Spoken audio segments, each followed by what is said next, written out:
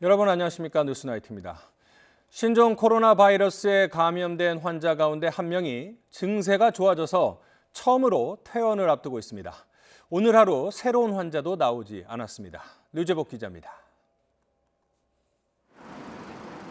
지난달 24일 두 번째로 확진 판정을 받은 환자의 상태가 부쩍 좋아졌습니다.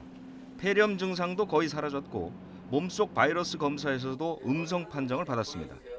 보건당국은 현재 항바이러스제 투여를 중단하고 상태를 관찰하는 단계라고 밝혔습니다. 사실상 퇴원을 검토하고 있다는 것입니다.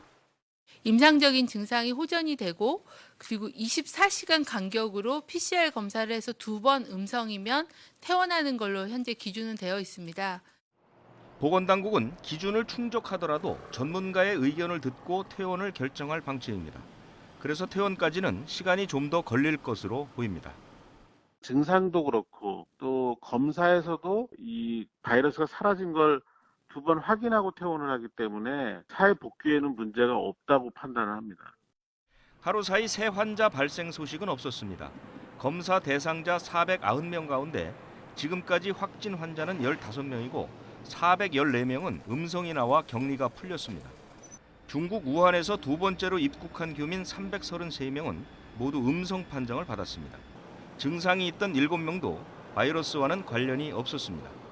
이에 따라 우한에서 들어온 교민 701명 가운데 확진 환자는 1명으로 확인됐습니다. YTN 유재복입니다.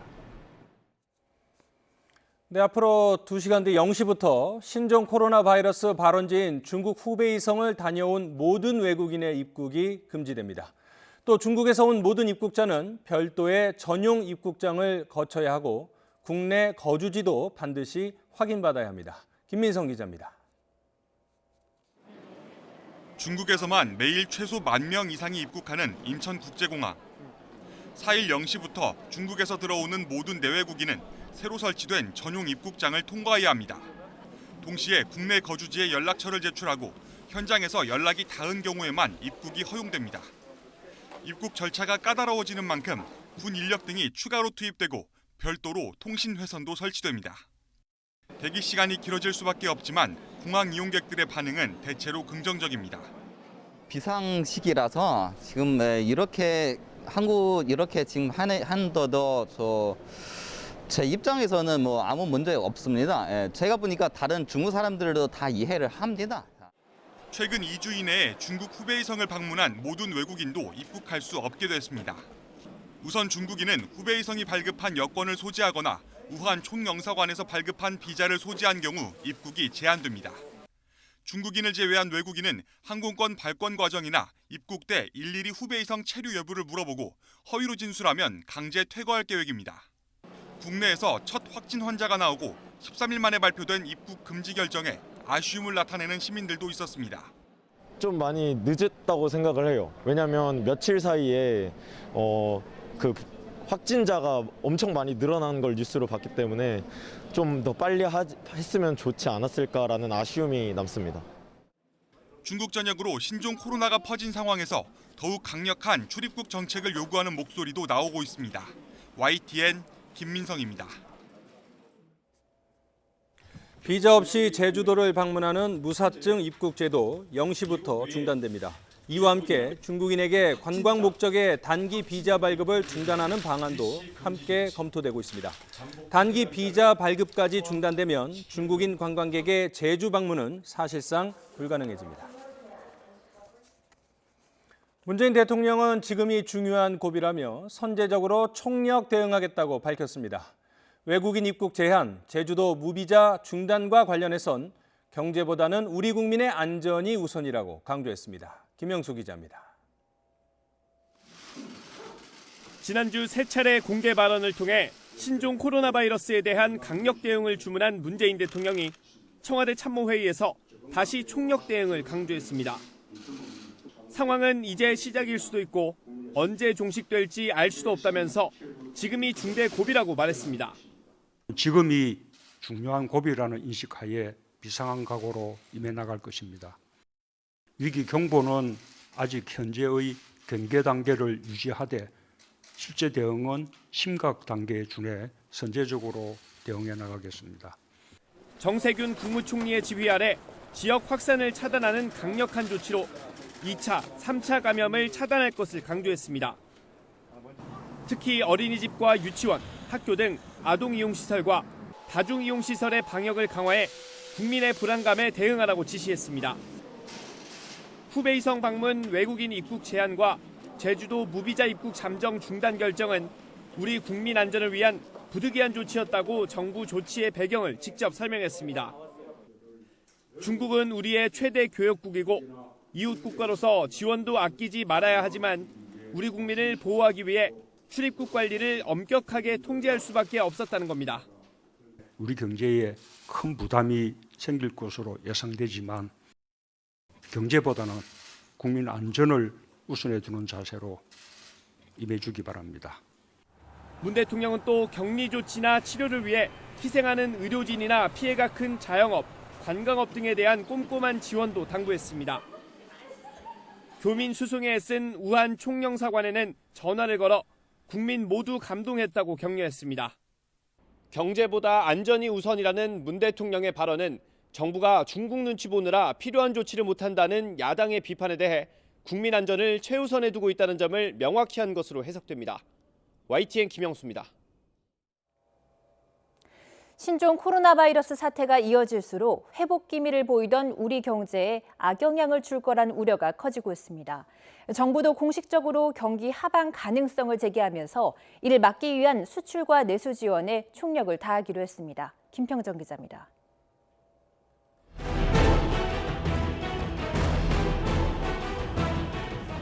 시작은 항공과 여행업이었지만 시간이 갈수록 신종 코로나 바이러스의 피해 업종은 느는 추세입니다. 중국과 인적, 물적 교류가 제한되면서 수출과 내수 모두 위축될 우려가 커지고 있습니다. 우리나라는 수출의 25%, 관광객의 34% 비중을 중국에 의존하고 있어서 사태가 길어지면 악영향이 확대될 수밖에 없습니다. 과거 사스 사태 등을 되짚어보면 대규모 감염병 확산은 한국에 오는 관광객은 줄고 외부 활동 자제로 내수는 위축되고 글로벌 경기 악화로 수출은 감소하는 결과를 불러왔습니다. 정부도 신종 코로나 바이러스 확산을 조기에 수습하지 못하면 경기 회복에 타격을 받을 수 있다는 전망을 공식적으로 언급했습니다. 이번 사태가 조기에 종식이 이루어지지 않을 경우 경기 하박 압력으로의 작용이 예상되는 만큼 각별한 경계심과 긴장감을 갖고 대응해 나갈 필요가 있겠습니다. 정부는 이번 사태가 우리 경제의 회복 분위기에 찬물을 끼얹지 않도록 수출과 관광, 물류, 자영업자 등 세부 분야에서 별도 대응반을 두고 촘촘하게 지원하기로 했습니다. 특히 수출에 대해서는 이번 달 안에 기업의 어려움을 해소하고 시장을 다변화하는 등의 방안을 마련할 계획입니다. 피해가 우려되는 기업에 대해서는 맞춤형 지원을 통해 기업 경영에 차질이 없도록 돕겠습니다. 먼저 4천억 규모의 무역 구명을 공급해서 금융권과 힘을 합쳐 기업의 자금 애로를 줄이겠습니다. 일각에선 지난 2015년에 메르스 추경처럼 이번에도 추경을 편성해야 한다는 의견도 나오지만 홍남기 부총리는 관련 예산이 이미 있는 만큼 전혀 고려하지 않았다고 선을 그었습니다. YTN 김평정입니다. 신종 코로나 바이러스 확산으로 중국 전역의 휴무가 연장되면서 우리 기업의 현지 공장도 생산 차질을 빚고 있습니다. 쌍용차가 중국산 부품을 구하지 못해 내일부터 공장 가동을 중단하는 등 타격이 현실화되는 가운데 중국의 의존도를 낮추는 근본적인 대책 마련이 시급하다는 지적입니다. 김태민 기자입니다. 중국에서는 신종 코로나 바이러스 사태가 좀처럼 수그러들지 않으면서 춘절 연휴가 또 한 차례 연장됐습니다. 이에 따라 중국 현지에 있는 우리 기업들의 공장들도 생산에 차질을 빚고 있습니다. 삼성전자와 SK이노베이션, LG 디스플레이 등 중국 현지에 공장을 둔 기업들은 정부 지침에 따라 오는 9일까지 가동을 멈추기로 했습니다. 중국 정부의 춘절 연휴 기간 연장 방침에 따라서 공장 가동을 중단하고 있으며 추후 발생할 수 있는 리스크에 대해서 예의주시하고 있는 상황입니다. 문제는 국내 생산에 필요한 부품 수급에도 차질이 현실화하고 있다는 점입니다. 자동차 필수 부품 가운데 중국 의존도가 높은 와이어링 하네스가 대표적입니다. 이 부품 대부분을 중국에서 조달하는 쌍용차는 당장 오는 12일까지 평택 공장 임시 휴업에 들어갔습니다. 현대차도 다른 공급처를 찾고 있지만 생산을 중단할 가능성이 큰 상황입니다. 전문가들은 신종 코로나 사태로 자동차뿐 아니라 다른 산업도 타격을 입을 수 있다고 경고하고 있습니다. 공급망에 차질이 빚어지면서 자동차 산업부터 지금 국내 공장의 가동에 어려움을 겪고 있습니다. 앞으로도 이러한 자동차 산업 외에도 전자산업이나 지금 중국에 많은 투자를 해놓은 그러한 산업 분야에서 유사한 사태가 발생할 가능성도 배제할 수가 없습니다. 사태가 장기화 국면에 접어들 경우 수출은 물론 국내 생산까지 심각한 타격이 예상되는 만큼 부품 공급망 안정이 제조업을 중심으로 기업들의 최우선 과제로 떠오르고 있습니다. YTN 김태민입니다. 신종 코로나 바이러스 감염증 확산을 막기 위해 개학을 미루거나 휴업한 학교가 늘고 있습니다. 교육부 집계 결과 유치원과 초중고학교 480여 곳이 문을 닫았습니다. 김준균 기자입니다. 15번째 신종 코로나 바이러스 확진 환자가 나온 수원의 한 초등학교. 휴업으로 교실과 운동장이 텅 비어 있습니다. 수원의 어린이집도 문이 굳게 닫혀 있습니다. 수원에서는 유치원 99곳, 초등학교 1곳이 휴업했습니다. 중국 국적의 12번, 14번 확진 환자가 돌아다닌 부천에서도 유치원 77곳과 중학교 1곳, 고등학교 2곳이 일주일간 휴업했습니다. 고양시에서도 유치원 157곳에 일주일간 휴업 권고가 내려졌습니다. 서울은 유치원 1곳, 초등학교 3곳, 중학교 2곳, 고등학교 3곳 등이 휴업했습니다. 또 8번째 확진 환자가 지역의 대형마트와 목욕탕 등을 이용한 전북 군산은 관내 모든 유치원과 초중고, 특수학교에 2주간 휴업 명령이 내려졌습니다. 유치원 59곳 등 모두 138곳이 문을 닫았습니다. 그동안 집단 휴업에 부정적이던 교육당국, 확진 환자의 이동으로 감염이 우려되는 지역 등에 학교 휴업을 허용하기로 방침을 바꾸면서 앞으로 휴업에 나서는 학교는 더 늘어날 전망입니다. 중국인 유학생에 대한 대책과 초중고에 대한 개학 연기 또는 휴업에 대한 지침은 결정한 바가 있습니다. 특히 중국 춘제가 끝나 중국인 유학생이 대거 돌아오는 대학들이 비상이 걸린 가운데 교육부는 이번 주 중 대학 관계자들과 회의를 열어 모든 대학에 개학 연기를 권고할지 검토할 예정입니다. YTN 김준길입니다. 정부가 신종 코로나 바이러스 확산을 막기 위해 추가 대책을 내놨습니다.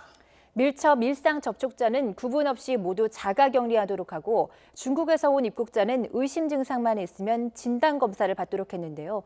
강화된 기준들 이영원 기자가 정리했습니다.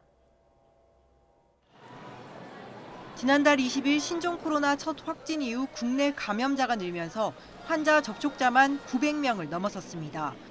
확진 환자와 접촉한 사람은 그동안 밀접 또는 일상 접촉자로 구분돼 자가격리 여부가 결정됐지만 이제는 모두 자가격리 대상이 됩니다. 무증상 감염이 확인돼 밀접성을 나누는 기준이 애매해진 데다 분류 오류로 3차 감염 위험성을 키웠다는 지적까지 나오면서 강화된 관리 기준을 적용하기로 한 겁니다. 접촉자 구분을 폐지하고 일괄 접촉자로 구분한 뒤 모두 자가격리 조치를 하도록 하겠습니다. 지자체 공무원을 1:1 담당자로 지정해서 지원하도록 하겠습니다. 확진자, 유증상자와 2m 이내 접촉한 사람, 마스크를 쓰지 않고 기침한 확진 환자와 막힌 공간에 같이 있었던 사람은 모두 역학조사관 판단에 따라 접촉자로 분류될 수 있습니다. 감염 진단 검사 대상도 확대됩니다. 중국에서 온 입국자는 폐렴, 소견이 없더라도 발열 등의 증상이 있으면 검사를 받을 수 있고 중국 외 국가 입국자도 선별진료소 의사 재량에 따라 검사 진행이 가능합니다. 의심 증상이 발생하면 진단검사를 받을 수 있도록 전환하겠습니다.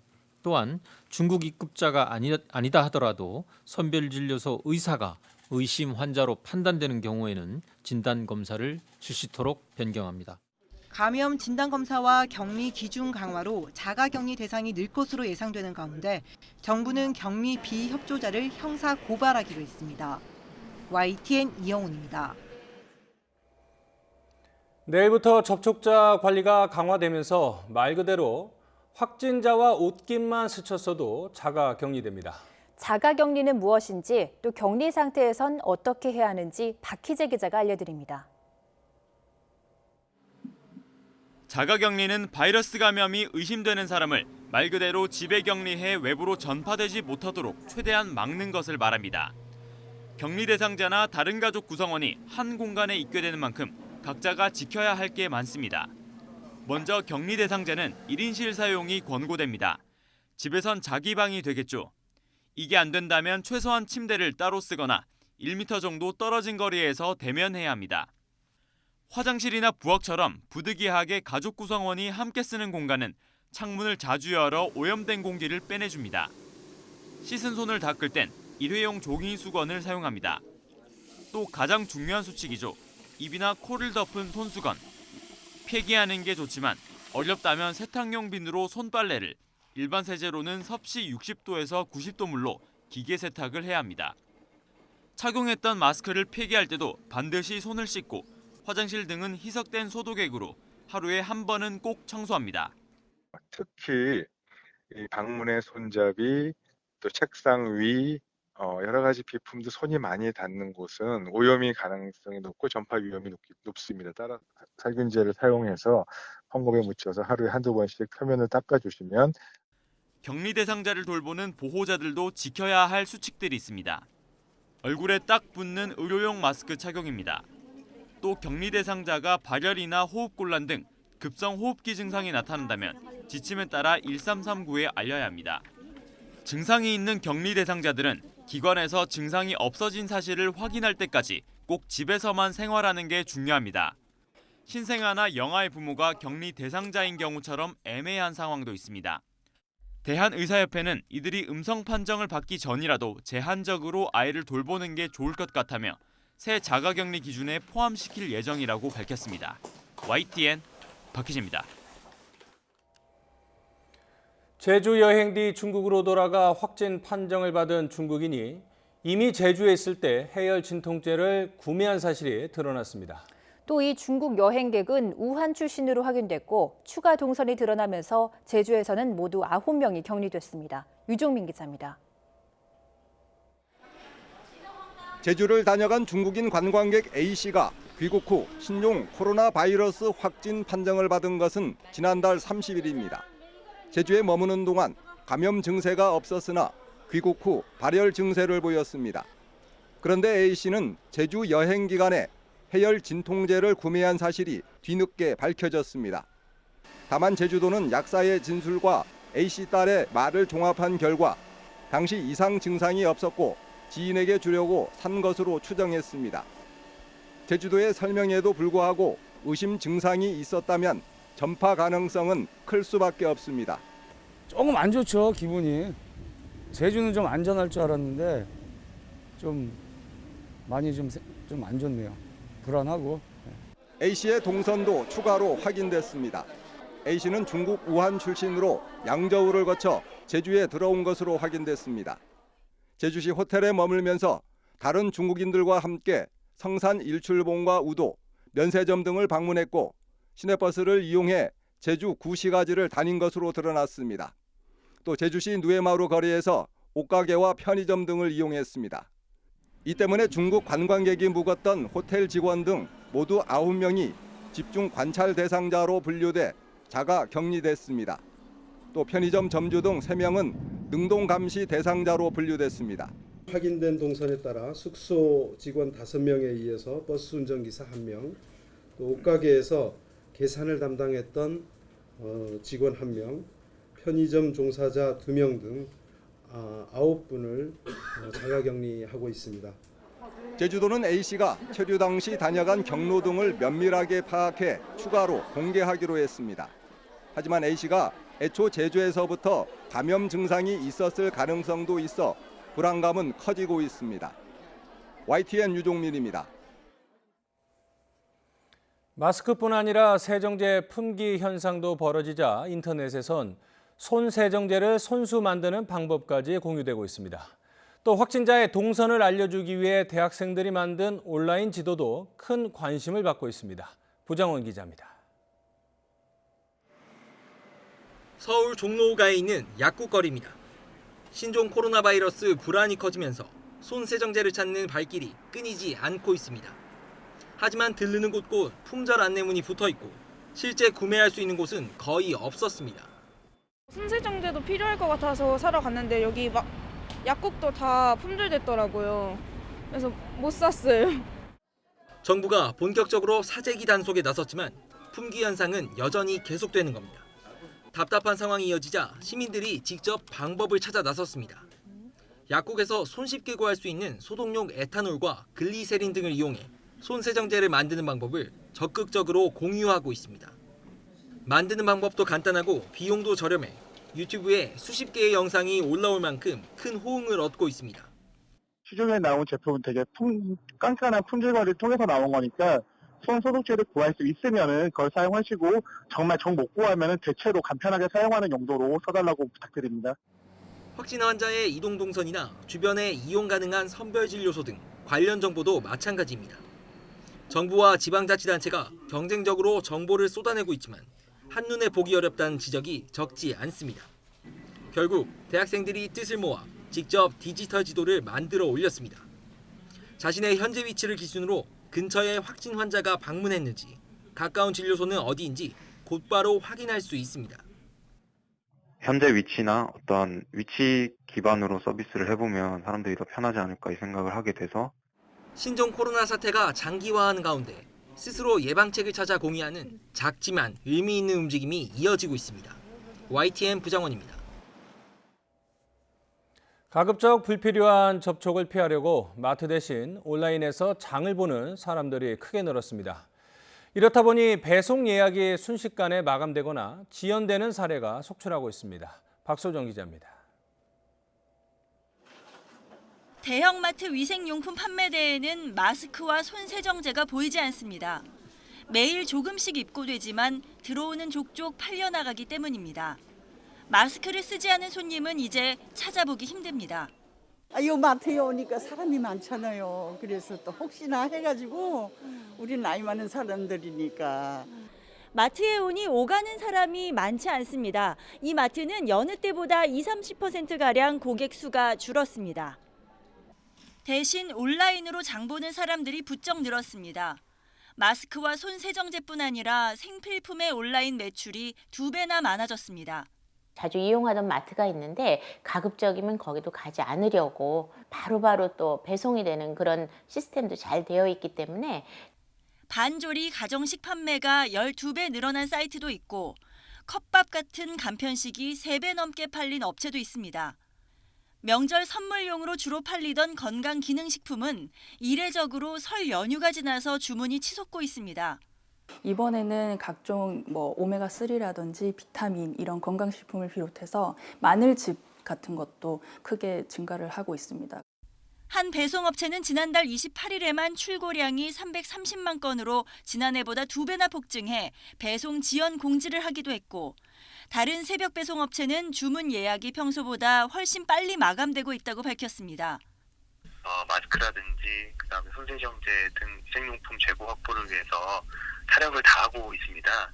재고 확보라든지 이런 부분에 최선을 다하고 있습니다. 이미 온라인 비중이 커지고 있는 유통업계는 신종 코로나 사태라는 돌발 변수에 기존의 틀이 더욱 흔들리고 있습니다. YTN 박소정입니다. 콘서트와 공연도 줄줄이 연기되거나 취소되고 있습니다. 겨울 방학 시즌이지만 극장을 찾는 관객 수는 눈에 띄게 줄었습니다. 김선희 기자입니다. 바이러스 우려가 문화계 전반으로 확산하고 있습니다. 가수 김태우는 11년 만에 소극장 콘서트를 준비했지만 확진자가 늘며 감염 우려가 제기되자 콘서트를 잠정 연기했습니다. 기본적으로 공연장에다가는 방역이나 손소독제, 마스크 같은 걸 준비하고 있었어요. 그런데 많은 분들이 모이시는 자리에 혹시나 불미스러운 일이 생기면 안 될 것 같아서 잠정적으로 연기를 결정하게 됐습니다. 이달 초 예정했던 정태춘, 박은호 콘서트도 행사 진행이 적절치 않다고 판단해 취소했습니다. 아이돌 그룹들도 잇따라 일정을 변경하고 있습니다. 이달의 소녀는 앨범 발매를 앞두고 계획한 쇼케이스를 취소하고 모모랜드와 펜타곤 등도 일정을 연기하거나 취소했습니다. 공연계도 직격탄을 맞았습니다. 가족 뮤지컬 공룡 타투는 면역력이 약한 어린이 관객들을 고려해 신속하게 공연 취소 결정을 내렸습니다. 지난해 12월부터 시작한 뮤지컬 위윌라큐도 공연을 잠정 중단하고 예매 고객들에게 수수료 없이 환불하고 있습니다. 작은 규모의 공연들, 어린이 대상의 공연 같은 경우에 이번 사태에 대한 타격이 클 수밖에 없는데요. 하지만 위기 상황을 좀 슬기롭게 대처하고 한숨 쉬면서 대처를 할 수 있는 방안 같은 것들을 진지하게 모색해 봐야 된다. 극장가도 관객 감소 추세가 뚜렷해 지난 주말 관객이 전주 대비 20에서 30%가량 줄었습니다. 2월이 전통적인 비수기라 정확히 진단하기 힘들지만 극장에 확진자가 다녀간 것이 영향을 미쳤을 것으로 분석됩니다. 일부 어린이 애니메이션은 개봉을 연기했는데 다른 작품들도 바이러스 확산 추이를 지켜보며 상황을 예의주시하고 있습니다. YTN 김선입니다. 정부가 제주도와 협의해 무사증 입국 제도를 일시 중단하기로 했습니다. 사드로 힘들었던 제주 관광업계에 신종 코로나 바이러스 여파까지 더해져 큰 타격이 우려됩니다. 고재영 기자입니다. 중국인들이 자주 찾는 명소인 용두암입니다.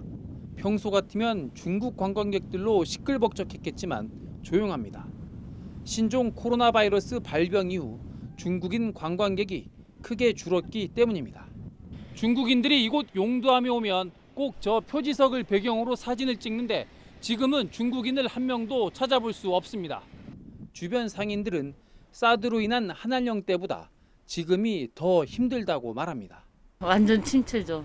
진짜 옛날 사드 때보다 더한 것 같아요. 중국인이 아닐 뿐더러 내국인도 안 오기 때문에 진짜 이렇게 해서 관광으로 먹고 살기에는 진짜 어렵죠. 중국인들이 제주에 올 때 이용하는 항공편도 신종 코로나 바이러스 여파로 다음 달 말까지 주 149편에서 28편으로 확 줄어듭니다. 무사증 제도 일시 중단에 이어 중국인에게 발급해온 관광 목적 단기 비자 중단도 검토 중입니다. 이렇게 되면 지난해에만 무사증으로 79만여 명이 제주를 찾은 중국인 관광객의 발길은 사실상 끊길 전망입니다. 제주 관광의 한 축이 사라지면 면세점부터 호텔, 렌터카, 중국인이 자주 찾는 관광지와 주변 상권까지 큰 타격이 예상됩니다. 제주도는 관광업계의 어려운 상황을 고려해 다양한 방안을 마련하고 있습니다.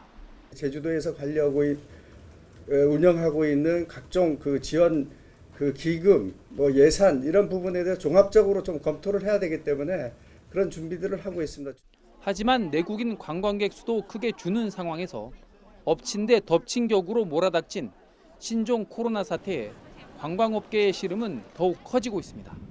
YTN 고지영입니다. 신종 코로나 바이러스 감염증으로 인한 중국 내 사망자가 361명으로 증가하면서 지난 2003년 사스 사망자를 넘어섰습니다. 누적 확진 환자는 17,200여 명입니다. 사스 당시 중국 본토에서는 9개월에 걸쳐 확진 환자 5,327명이 나왔고 349명이 숨졌습니다. 지난 2003년 사스 퇴치에 큰 공을 세운 중국의 한 전염병 전문가는 신종 코로나 바이러스가 앞으로 2주 동안 절정에 이를 것이라고 전망했습니다. 이런 가운데 주 우한시 외곽에는 임시 응급병원이 완공돼 오늘부터 환자를 받기 시작했습니다. 이동훈 기자입니다. 지난 2003년 중증 급성 호흡기 증후군 사스의 퇴치에 공헌해 유명해진 전염병 전문가 중난산 중국 공정원 원사. 중난산 원사는 중국의 신종 코로나 바이러스가 아직 상승기에 있으며 앞으로 10일에서 2주 정도 사이에 절정에 이를 것이라고 전망했습니다. 또 중국 전역에서는 아니겠지만 일부 지역에서는 국지적으로 폭발적으로 발생할 가능성도 있다며 예방 통제를 강화하고 경계심을 늦춰서는 안 된다고 당부했습니다. 이런 가운데 신종 코로나 바이러스의 진원지로 피해가 가장 심각한 우한시 외곽에 1,000병상짜리 임시 야전병원이 완공돼 환자를 받기 시작했습니다. 여기에는 군 의료진 1,400명을 투입해 중환자를 살리는 데 집중합니다. 오는 6일에는 1,500병상짜리 임시병원이 하나 더 문을 열 예정입니다. 중국 정부는 이런 조립식 야전 병원을 중국 전역으로 확대해 지을 계획입니다. 하지만 신종 코로나의 확산 속도가 무서워 이 정도 대처로 확산을 저지할 수 있을지는 여전히 불투명합니다. 일각에서는 중국 당국이 발표하는 확진자 수와 사망자 수가 실제보다 축소됐다는 의혹이 제기되고 있습니다.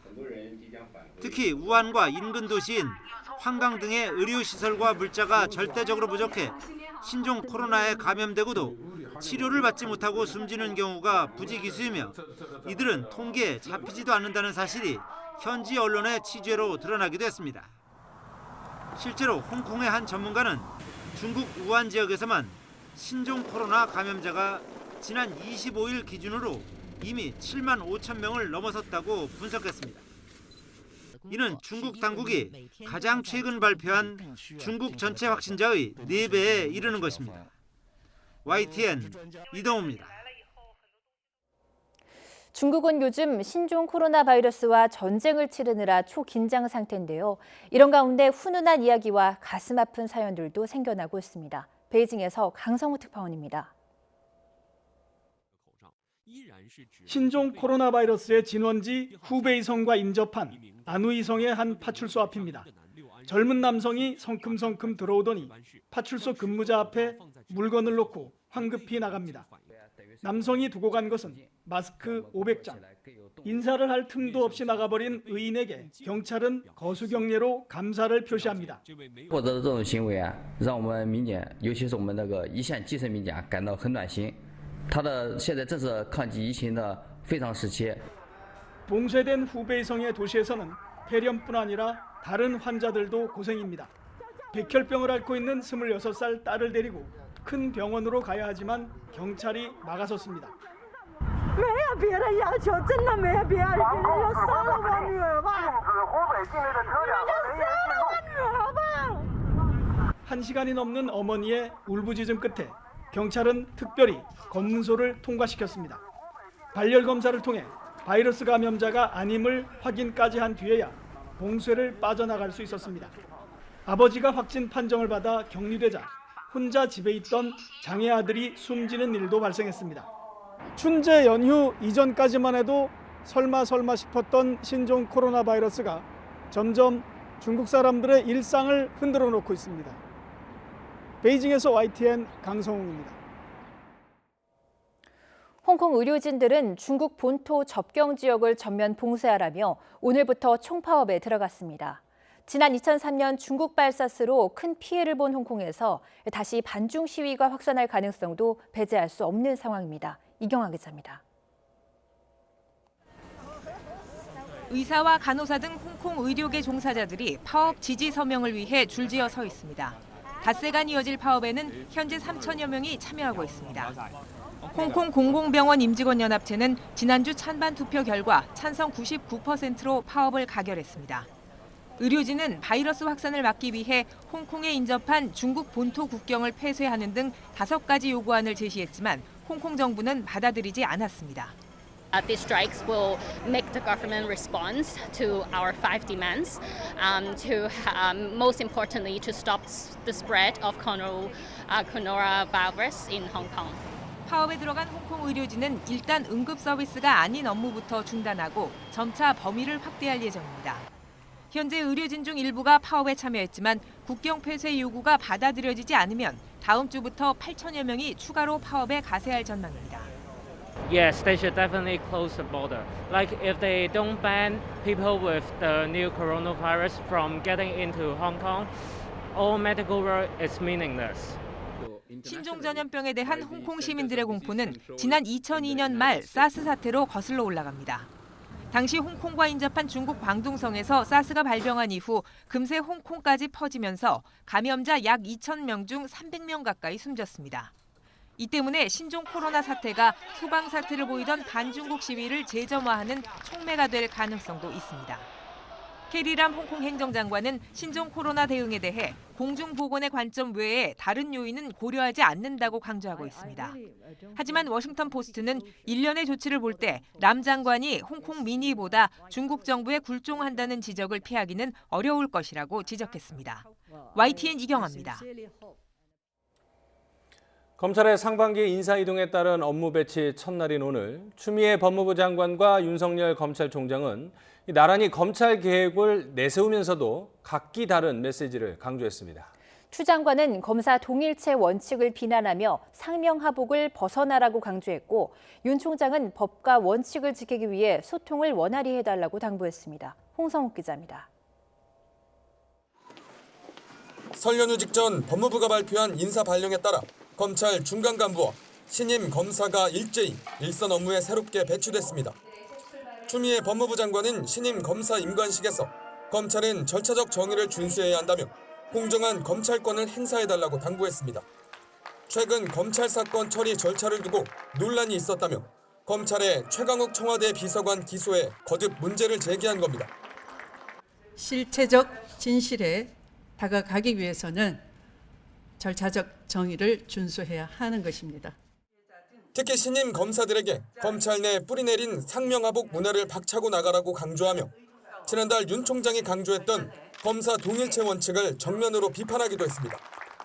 검사 동일체의 원칙은 15년 전 법전에서 사라졌지만 아직도 검찰 조직에는 상명하복의 문화가 뿌리 깊게 자리 잡고 있습니다.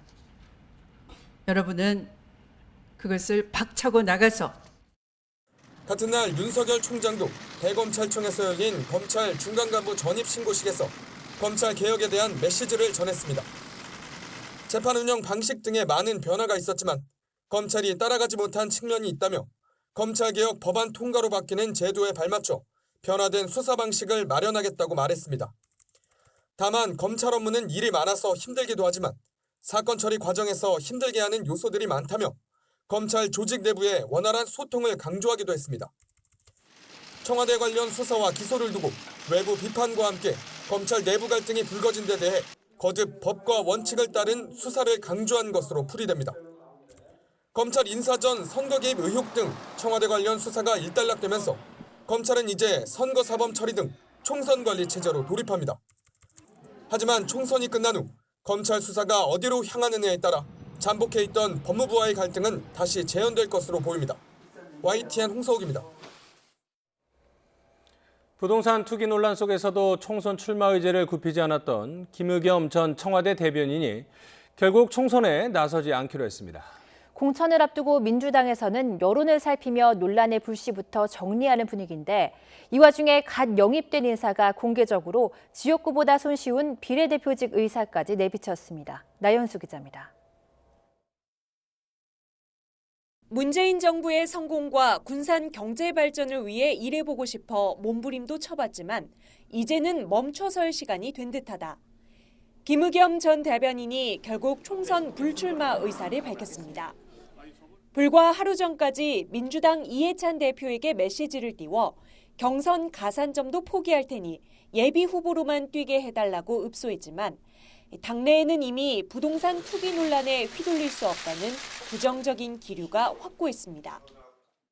민주당 공천 후보자 검증위원회는 청와대 하명 수사 의혹 등으로 재판에 넘겨진 송병기 전 울산경제부시장에 대해서도 적격 여부 결론을 내지 않고 공천관리위원회에 정밀 검증을 요청했습니다. 경제부시장 때까지만 해도 출마 계획이 없더니 돌연 출마하는 이유가 석연치 않다는 겁니다. 출마의 어떤 동기와 배경 자체가 조금 얼른 납득되지 않는 측면이 있습니다. 수사가 진행되고 또 기소가 된 상황에서 강의 중 부적절한 농담으로 물의를 빚은 김광수 서강대 교수에 대해서도 정밀 검증을 요청했고 출마는 하겠다면서 검증 신청을 하지 않은 정봉주 전 의원에 대해서는 상응하는 불이익이 있을 거라고 해 본인이 출마를 접지 않는 한 공관위의 철저한 심사를 피할 수 없게 됐습니다. 이처럼 민주당은 총선을 앞두고 논란이 될 만한 부분을 정리하고 가자는 분위기입니다. 이 와중에 최근 영입된 이수진 전 판사는 언론 인터뷰를 통해 지역구가 아닌 비례대표로 갈 생각을 내비쳤습니다.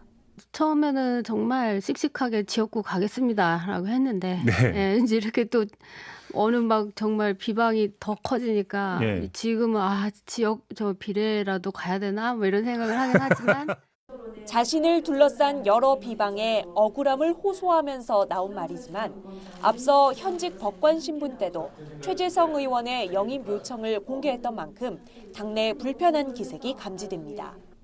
민주당 핵심 의원은 YTN과의 통화에서 영입 경로를 말할 때부터 문제가 있었다고 본다며 이 전 판사가 너무 경솔한 것 같다고 우려했습니다. 지역구 세습, 미투, 부동산 투기 의혹까지 지금까지는 논란의 당사자들이 스스로 물러나는 모양새로 당에 부담을 덜었습니다. 정밀 검증으로 남은 논란의 불씨마저 잡겠다는 민주당은 이제 영입 인재들의 돌발 언행에도 주의를 기울여야 할 상황입니다. YTN 나연수입니다. 총선 불출마를 선언했던 한성규 의원이 자유한국당의 비례위성 정당인 미래한국당 대표직에 오르기로 했습니다. 민주당은 정당법을 어긴 것이라며 한국당 황교안 대표를 고발하기로 했습니다. 우철희 기자의 단독 보도입니다.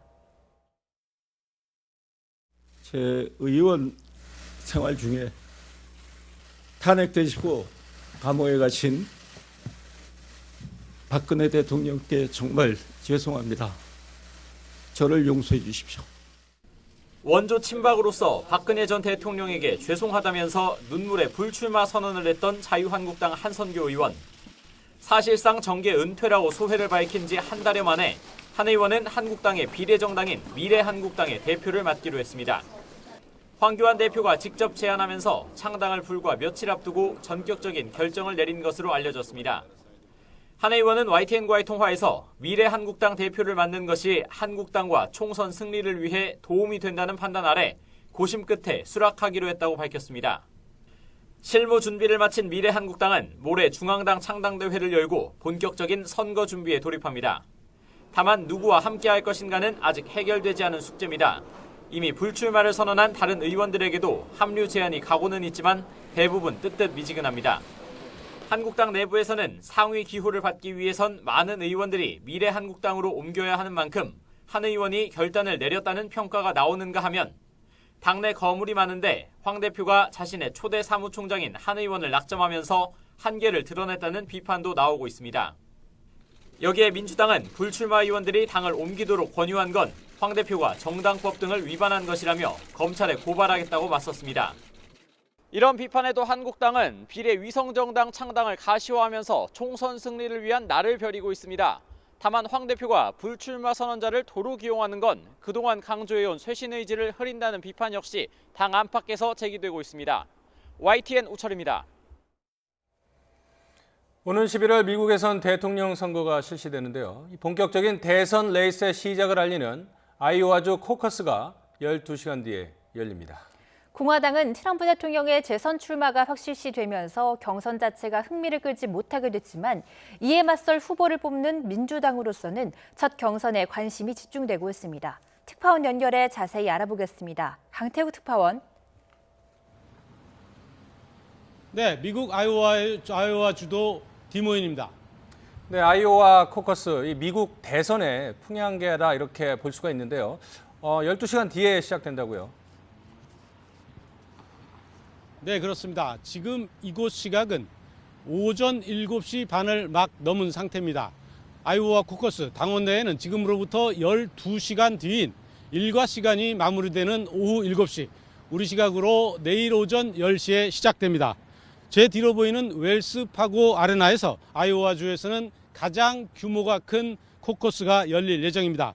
코커스, 다시 말해 당원대회는 지역별 당원들이 한자리에 모여 후보를 놓고 토론하고 7월에 열리는 전당대회에서 투표할 대의원을 뽑는 행사입니다. 아이오와주에서는 1,700여 곳에서 코커스가 열려 41명의 대의원을 뽑을 예정입니다. 41명은 미국 민주당이 대선 후보를 결정하는 전체 대의원 4,750명의 약 1%에 불과한 수준입니다. 하지만 그동안 버락 오바마 전 대통령을 비롯해 최근 4차례 모두 이곳에서 이긴 후보가 대선 후보로 이어진 만큼 관심이 클 수밖에 없습니다. 미국 대선은 이곳 아이오와주를 시작으로 5개월여 동안 50개 주에서 코커스와 비당원들도 참여하는 프라이머리, 즉 예비 선거를 통해 대선 후보를 정하게 됩니다. 그 가운데 또 하나의 중요한 지점이 슈퍼 화요일입니다. 한 달여 뒤 3월 첫 화요일에 14개 주와 미국령 사무화가 당원대회와 예비 선거를 실시하는데 전체 대의원의 28.2%인 1,357명의 대의원이 배정된 만큼 사실상 후보가 정해질 수 있기 때문입니다. 그런 만큼 오늘부터 시작해 다음 달 슈퍼 화요일까지 민주당 후보로서는 사활을 걸 수밖에 없습니다. 네, 트럼프 대통령의 독주 양상인 공화당과 달리 민주당은 현재 11명의 후보가 난립 중이지 않습니까? 판세는 어떤가요? 네, 그렇습니다. 말씀하신 것처럼 민주당에서는 한때 20명이 넘을 정도의 후보가 난립했습니다. 여전히 11명의 후보가 경선까지 뛰고 있는데요. 지금으로서는 대세론을 내세우며 중장년층의 지지를 얻고 있는 조 바이든 후보와 급진적이라는 평가를 받으며 20대와 30대 젊은 층의 강력한 지지를 받는 버니 샌더스 상원 의원이 접전을 벌이고 있습니다. 여기에 트럼프 대통령의 필승 카드임을 내세우며 뒤늦게 경선에 뛰어든 마이클 블룸버그 전 뉴욕시장과 초반 돌풍을 일으켰던 엘리자베스 워런 상원 의원이 뒤를 추격하고 있는 형국입니다. 가장 많은 대의원이 걸려있는 슈퍼 화요일에 집중하겠다는 블룸버그 후보를 제외한 대다수 후보가 앞서 말씀드린 아이오와 코커스의 상징성 때문에 주말 내내 곳곳을 누비며 지지세 확산에 힘썼습니다. 아이오와만을 놓고 봤을 때 미 CBS 방송의 여론조사에서는 바이든과 샌더스 후보가 25%로 동률을 이뤘고 부티지지 시장이 21%로 3위를 기록했습니다. 지금까지 아이오와주 디모인에서 YTN 강태욱입니다. 맛있게 먹고 시원하게 비우고 비결이야? 역시 메이킨이죠. 변비, 복부 백만, 식욕 부진 한 번에 싹 메이킨. 시원하게 변비 끝. 유쾌, 상쾌, 통쾌. 변비 메이킨. 1588 39,000원부터 배칠수의 39,000 꽃배달 3단 화한 39,000 배칠수의 39,000 1588 39,000 1588 39,000 배칠수의 꽃배달. 다음은 주례 말씀이 있겠습니다. 신랑 이진우 군과 신부 서영지 양은 앞으로 서울 주거 포털에서 신혼집 도움을 받으세요. 주례 끝.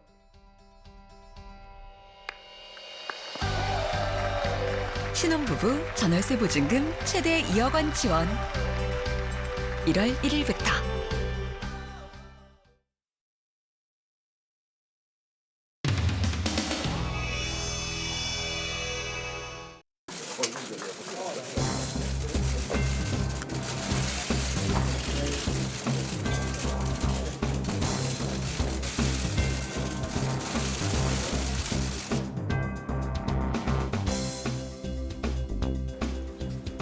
이현주 화이팅! 문재인 정권이 저렇게 악랄하게 말도 안 되게 헌법과 법을 완전히 무시하고 가는데 우리 상대는 명백합니다. 문재인 정권입니다.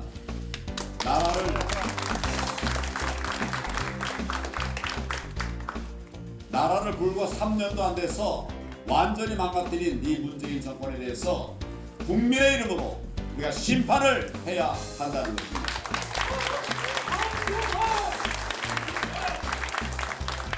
저는 마이크만 잡으면 막 선동질을 해요. 그래가지고 대한민국이 후퇴하고 있습니다. 맞습니다. 바로 이 문재인 정권이 처음으로 대한민국 역사를 고진시키고 있습니다, 여러분. 이 문민 민주주의가 친문 민주주의에서 친문 독재로 변질되었습니다, 여러분. 안 그렇습니까? 근데 우리 국민들 요즘 굉장히 똑똑합니다. 반문 잘한다고 그것만 가지고 투표 안 줍니다. 왜? 우리 지지하는 이유는 나라 잘 되게 하라는 거지 거리에 투사 잘하기 때문에 찍는 거 아니거든요. 지금 코로나 바이러스 문제가 심각합니다. 제가 볼 때는 국민 건강을 뛰어넘어서 국가 안보에 이런 문제에 있어서는 통 크게 먹을 건 도와줘야 된다고 생각합니다. 새로운 보상은 코로나 바이러스 잡겠다는 문재인 대통령 이때는 화끈하게 밀어주겠다. 우리가 정권 잡았을 때 우리가 어떻게 할 것인가를 항상 생각하면 됩니다. 우리 국민들은 미친 소리 하네 지금. 그런 수준 높은 정도.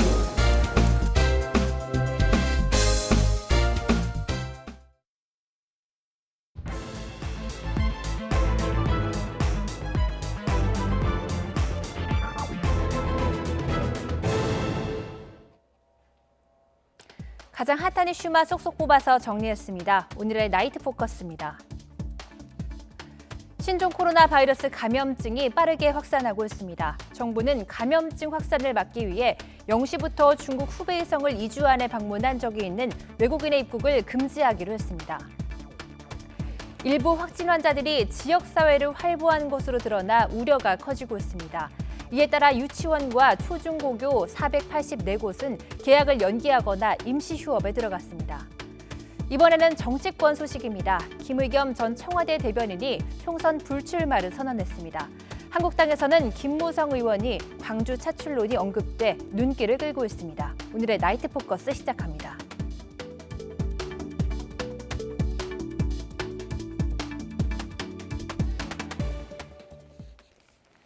먼저 오늘의 패널 두 분 소개해드리겠습니다. 이종근 시사평론가, 최진봉 성공회대 교수 나오셨습니다. 안녕하세요. 안녕하세요. 잠시 뒤 0시부터 14일 이내 후베이성에 체류한 적이 있는 외국인들의 입국이 금지됩니다.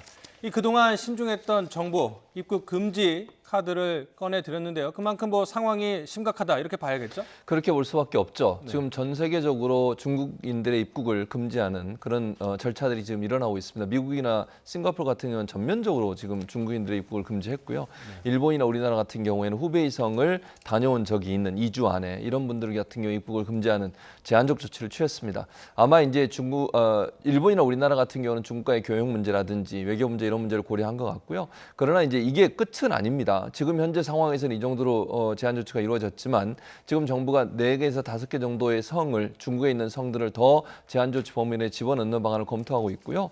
만약에 상태가 더 악화되거나 확산 속도가 더 증가된다고 하면 전면적인 금지 조치도 전혀 예상하지 못하는 상황은 아니다. 그러니까 현재 상황에서는 국제적 공조를 해야 될 것이고 WHO가 이동 금지에서는 공고를 안 한 상태에서 우리가 전면 금지를 했을 때 여러 가지 이제 문제가 발생할 수 있는 부분 이런 부분들 고려한 것 같습니다. 그러나 아까도 말씀드렸지만 상황이 악화되면 악화될수록 조치는 더 강화될 가능성은 충분히 있다 이렇게 보여집니다. 그런데 이미 후베이성은 봉쇄가 됐기 때문에 사실 중국에서 출국하는 것 자체가 불가능한 상황입니다. 또 이 코로나가 중국 전역으로 확산하는 상황을 고려하면 이번 입국 금지 조치 실효성이 떨어진다 이런 지적들이 나오고 있습니다. 네, 그렇습니다. 일단 정부에서 이 조치를 취하게 된 것 중에 가장 큰 이유가 국내 전문가들이 지금 여러 차례에 걸쳐서 의사협회도 벌써 4차에 걸쳐서 지금 성명을 발표하지 않았습니까? 단계적으로 굉장히 빨리 조치를 취해달라. 즉 의사협회를 포함해서 감염학회도 그렇고요. 전문가들의 목소리도 높여지고 있는 게 가장 큰 건 이겁니다. 중국 정부가 지금 전체 상황을 통제하고 있느냐라는 것인데 지금의 상황은 통제하지 못하고 있다가 국제사회의 지적이거든요. 특히나 40% 그러니까 확진 환자의 40%가 지금 허베이성, 우한을 포함한 허베이성 이외의 지역에서 지금 환자가 나오고 있고 또 전체적으로 그런 통계, 그러니까 확진자라든지 사망자 통계를 믿을 수 없다라는 게 지금 중국 정부의 통제가 안 되고 있다는 것이기 때문에 현재 어떤 조치가 곧바로 다른 조치로 이어질 수밖에 없다. 그러니까 대통령이 늘 말씀하시듯이 과감하고 선제적인 조치가 아니지 않느냐. 선제적으로 조치를 해야 된다라는 게 지금 목소리가 더 커지고 있는 형편이죠. 네, 이런 가운데 대한의사협회에서도 물론 또 전문가들은 정부가 발표한 조치로는 역부족이라면서 입국 제한 지역을 중국 전역으로 확대해야 한다 이렇게 주장을 하고 있는데요. 관련 발언 들어보시죠. 대부분의 의견은 중국 전역을 조금 이제 강력하게 통제할 필요가 있다라고 결론 내렸고 그래서 의사협회뿐만 아니라 대한감염학회에서도 동일한 내용으로 강력하게 권고문을 드렸는데 아마 여러 가지 정치적 이유 때문에 이게 지금 이루어지지 않은 것 같습니다. 사실은 후베이성뿐만 아니라 북쪽으로는 정주 지역, 의사협회에서 지적한 바에 의하면은 그 상해 인근의 난징 지역까지, 남쪽으로 이제 마카오, 홍콩 근처에 광주까지 이게 아마 교통이 굉장히 그 원활한 지역이었나 봐요, 우한이. 그래서 중국 전역으로 이제 지역사회 감염으로 확산되고 있지 않는가라는 그 우려가 있습니다. 그래서 아마 후베이성만 제한하는 것은 조금 아직까지 우리 유입되는 모든 환자들을 완전히 걸러내기는 쉽지 않을 것 같습니다. 정치권의 반응은 조금 엇갈리는 상황인데요. 이 실제로 한중 관계가 고려된 것 아니냐 이런 의견들도 나오고 있습니다. 그 배경, 뭐 특별히 외교적인 관계도 좀 고려 대상이었을까요? 고려 대상이 전혀 안 됐다고 볼 수는 없을 것 같습니다. 왜냐하면 지금 이제 우리가 일본하고 우리가 거의 이제 중국과의 교역이나 이런 부분이 좀 비슷한 상황 아니겠습니까? 그런데 일본이 지금 후베이성에 다녀온 사람, 2주 내 이런 사람만 지금 금지를 하고 있는데 우리가 선제적으로 중국인 모두를 금지했을 경우에 중국과의 무역이나 이런 문제에 영향을 받을 가능성을 충분히 고려했을 거라고 저는 봅니다. 네네. 그러나 물론 대통령도 그렇게 얘기하셨어요, 오늘. 어쨌든 국민의 건강이 먼저 중요하다. 경제도 중요하고 경제가 이제 하방을 압박을 받고 있는 상황이잖아요. 상당히 이 지금 신종 코로나 문제 때문에 경제가 상당히 어려울 가능성이 있고 지금 국내에서도 내수가 상당히 어려운 상황에 빠져 있습니다. 뭐 돌아다니지도 않으세요, 국민들이. 그런 상황에서 이걸 어느 정도 유지하기 위해서는 무역도 생각해야 되는 상황이라고 볼 수 있을 것 같고요. 다만 그럼에도 불구하고 우선적으로는 건강이 중요하다. 이건 정부가 갖고 있는 기본적인 저는 생각이라고 생각을 합니다. 네. 그런 차원에서 본다고 하면 지금은 일본과 어느 정도 보조를 맞추고 갈 수밖에 없는 상황이고 그러나 네. 확산 경로가 확산될수록 일본도 그렇고 우리나라도 그렇고 부담이 더 커질 수밖에 없어요. 그러면 제가 볼 때는 점차 제한을 좀 더 강화시키는 쪽으로 갈 가능성은 충분히 있다고 보여집니다. 그러니까는 그 모든 전문가들이 이제 점진적으로 확대를 해서 언젠가는 후베이성뿐만 아니라 다른 중국 지역에서 들어오는 외국인들의 입국을 금지할 가능성이 높다. 정부도 하루빨리 검토를 해달라 뭐 이런 의견들이 계속 있는 것 같습니다. 자, 그런데요. 미국이나 일본을 포함해서 국제사회 점점 국경을 걸어 잠그고 있습니다. 이 신종 코로나 사태에 대한 강경 대책을 내놓고 있는 건데요. 각국은 어떤 움직임을 보이고 있는지 차정윤 앵커가 정리했습니다. 네, 우선 일본은 우리나라와 비슷하게 후베이성에 체류했던 외국인에 대해 2주 동안 입국을 차단하기로 했습니다. 또 미국은 이미 중국 전역에 대한 여행 금지 경보를 발령하고 중국에 체류했던 외국인의 입국을 잠정 금지했죠. 이 밖에도 호주와 싱가포르 등 모두 17개국이 중국을 방문한 외국인의 입국을 전면 금지한 상태입니다. 또 북한과 몽골에 이어서 러시아도 중국과 접한 극동 지역 국경을 폐쇄하면서 중국과의 통행에 빗장을 걸어 잠그고 있습니다. 자, 지금 확진 환자, 사망자 늘어가는 속도를 보면요. 중국에서 이 사스를 이미 넘어선 상황입니다. 그런데 문제는 이 사망자 수가 중국 당국이 발표한 공식 사망자 수가 실제보다 축소됐다. 이런 의혹들은 계속 나오고 있지 않습니까? 네, 그렇습니다. 최근 들어서 한 중국의 누리꾼이 동영상을 통해서 중국 우한의 한 병원을 그대로 이렇게 보여줬는데요. 5분 동안에 8구의 시신으로 보이는 그런 포대자루에서 실려 나가는 것을 봤는데 다시 병원으로 들어가니까 진찰실에도 누워 있더라라는 동영상이 나왔습니다. 그런데 상식적으로 봤을 때 이건 가능한 지금 이 추론이에요. 의혹이 아니라. 왜냐하면 우한이 벌써 1,100만이라는 인구를 갖고 있는데 당시에 이 전염병이 시작됐을 때 4,000개밖에 병상이 없었거든요. 네. 그런데 지금 확진자가 어마어마하게 늘어났는데도 불구하고 물론 10,000개의 병상을 늘리겠다. 지금 거의 다 지었다고 하지만 지금 아직도 병상은 늘어나지 않은 상태예요. 그런데 지금 환자들은 늘어나고 있고 중증 환자까지 늘어나고 있으면 그러니까 지금 사망자 수는 거기에 비해서는 늘어나야 돼요. 근데 현재까지 200명밖에 없거든요. 그러니까 200명이라 하면 사실상 지금 중국에서의 그러니까 우한에서의 환자 수에 비해서 중증 환자 수에 비해서 너무나 낮은 거죠. 그러니까 지금 이런 것들을 포함해서 2.2% 정도, 지금 뭐 4% 정도라고 또 일부에서는 얘기하지만 그래서 치사율이 낮다고 얘기하지만 이런 통계를 갖고 치사율이 낮다고 할 수 있을까가 지금 문제의 관건입니다. 네. 즉 우한이 武漢이나 허베이성이 그러니까 이 사망자랑 확진자 수를 제대로 지금 반영하고 있느냐. 제대로 반영하고 있지 못하다는 게 중국 내부의 목소리고 또 전문가들의 그 국내외 전문가들의 시선인 것입니다. 네. 자, 또 다른 문제가 있습니다. 바로 청정 지역을 유지해온 제주에 비상이 걸린 점인데요. 이 제주를 다녀갔던 중국인 여성이 중국으로 돌아간 이후에 확진 판정을 받았습니다. 그런데 제주에 관광을 하면서 머물러 있을 때 이미 해열제를 산 사실이 드러났습니다. 그러니까 이미 제주도에서 증상이 발현됐다. 이런 추론이 가능한 상황 아닙니까? 그런 추론은 가능한데 지금 현재 그분들, 그러니까 이게 지금 딸하고 둘이 여행을 왔어요. 개별 여행을 왔고요. 그러니까 단체 관광은 아니고요. 두 사람이 돌아다니는데 딸을 통해서 사실은 이제 동선이나 이런 걸 파악하고 있거든요. 우리 정부가. 네. 제주자치도도 사실은. 그런데 딸은 뭐라고 얘기하냐면 친구하고 지인들을 위해서 약을 샀다 이렇게 얘기는 하고 있어요. 근데 그거는 이제 지금 지적하신 것처럼 그거는 뭐 사실관계를 모르는 거죠. 열이 있어서 본인들이 먹었을 가능성은 충분히 있기 때문에 이 상태에서 만약에 그분들이 들어왔다 나갔다고 하면 그건 또 문제가 있다고 보여지고요. 중요한 건 이분들에 대한 동선을 파악하는 데 한계가 있어요. 왜냐하면 우리나라 분들 같은 경우는 카드나 교통카드 사용 내역 이런 걸 다 우리가 볼 수 있잖아요. 그리고 뭐 전화기 사용 내역도 볼 수 있는데 중국인들 같은 경우는 본인들 카드 썼을 때는 한계가 있을 수밖에 없어서 지금은 그 진술에 의존한다고 합니다. 그러니까 특별히 그 어머니보다는 딸이 함께 여행했으니까 딸에게 연락을 해서 그분이 어디를 다니는지를 물어보고 역순으로 찾아서 지금 가고 있는 상황인데 가능한 한 많은 부분을 찾아낸다고 보지만 한계는 있을 수 있다라는 생각이 들고요.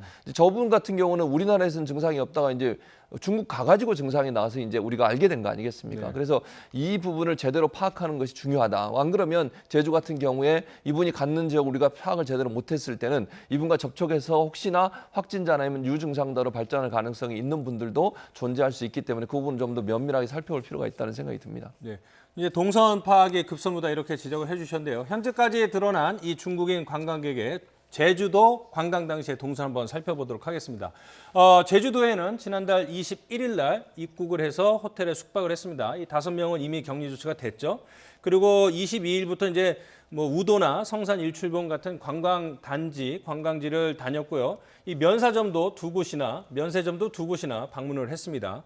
자, 그런데 24일 날 약국에서 해열 진통제를 구매한 사실이 확인이 됐습니다. 그리고 그 이후에도 무지개 해안도로 방문을 했고 뭐 버스를 타기도 했습니다. 25일 날 출국을 했으니까 4박 5일 동안 제주도에 있었고 확진 판정을 받은 것은 귀국한 다음 날인 26일입니다. 자, 4박 5일 동안 관광지를 계속 많이 다녔고 많은 사람들과 접촉을 했고 그렇기 때문에 사실 좀 걱정을 안 할래 안 할 수 없는 상황인 것 같다. 이런 생각이 좀 듭니다. 네, 그렇습니다.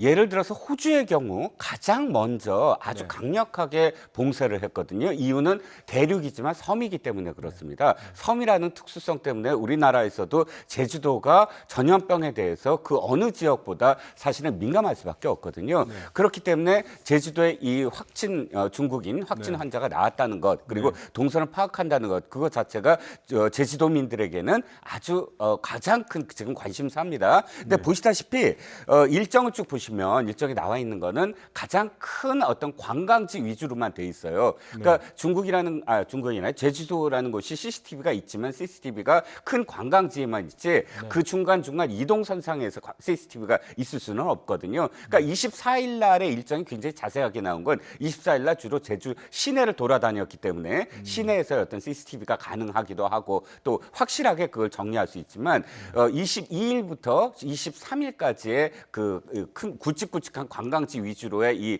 이 상황에서의 아주 자세한 그런 접촉자들은 아직 파악을 제대로 못하고 있는 게 아니냐. 그러니까 이렇게 많이 돌아다녔는데도 지금 9명밖에 이 격리를 안 시켰거든요. 그래서 제주도민들의 걱정은 그 22일부터 23일 이 양일간에 좀 더 자세한 어떤 동선이 필요하다라는 게 제주도민들의 이야기입니다. 네.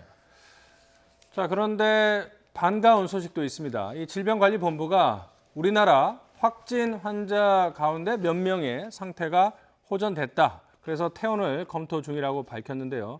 한번 들어보시죠. 임상적인 증상이 호전이 되고 그리고 24시간 간격으로 PCR 검사를 해서 2번 음성이면 퇴원하는 걸로 현재 기준은 되어 있습니다. 증상도 그렇고 또 검사에서도 이 바이러스가 사라진 걸 두 번 확인하고 퇴원을 하기 때문에 사회 복귀에는 문제가 없다고 판단을 합니다.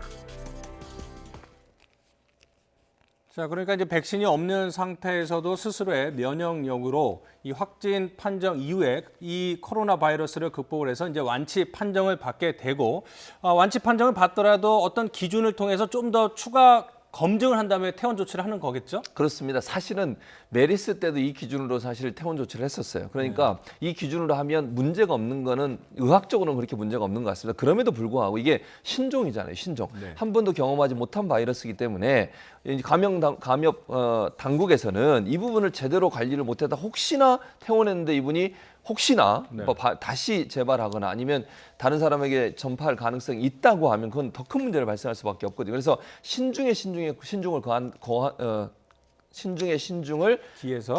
기하고 있다 이렇게 볼 수 있을 것 같습니다. 그래서 아마 제 생각에는 이 지금 주치의들이 있거든요. 현재 확진해서 판정을 받은 분들을 치료하는 주치의들이 함께 모이는 컨퍼런스 모임이 있다고 합니다. 여기서 다시 검토를 하겠다는 겁니다. 그러니까 지금 현재 의학적으로는 문제가 없다. 자체적으로 호흡도 가능하고 전혀 다른 의학적 시술을 받지 않고도 도움을 받지 않고도 생활이 가능하기 때문에 나가도 문제가 없다는 판정이 내려졌지만 거기에 모든 이제 의사분들이 함께 모여서 논의해서 결론을 내리고 이번 기회에 아마 정부에서도 좀 더 구체적인 계획들을 세울 것 같아요. 기준을. 그래서 확진 판정자들이 치료가 완전히 끝났다고 하는 것을 결정하는데 어떤 기준을 삼을지를 조금 더 구체적으로 만들지 않을까 이렇게 생각이 됩니다.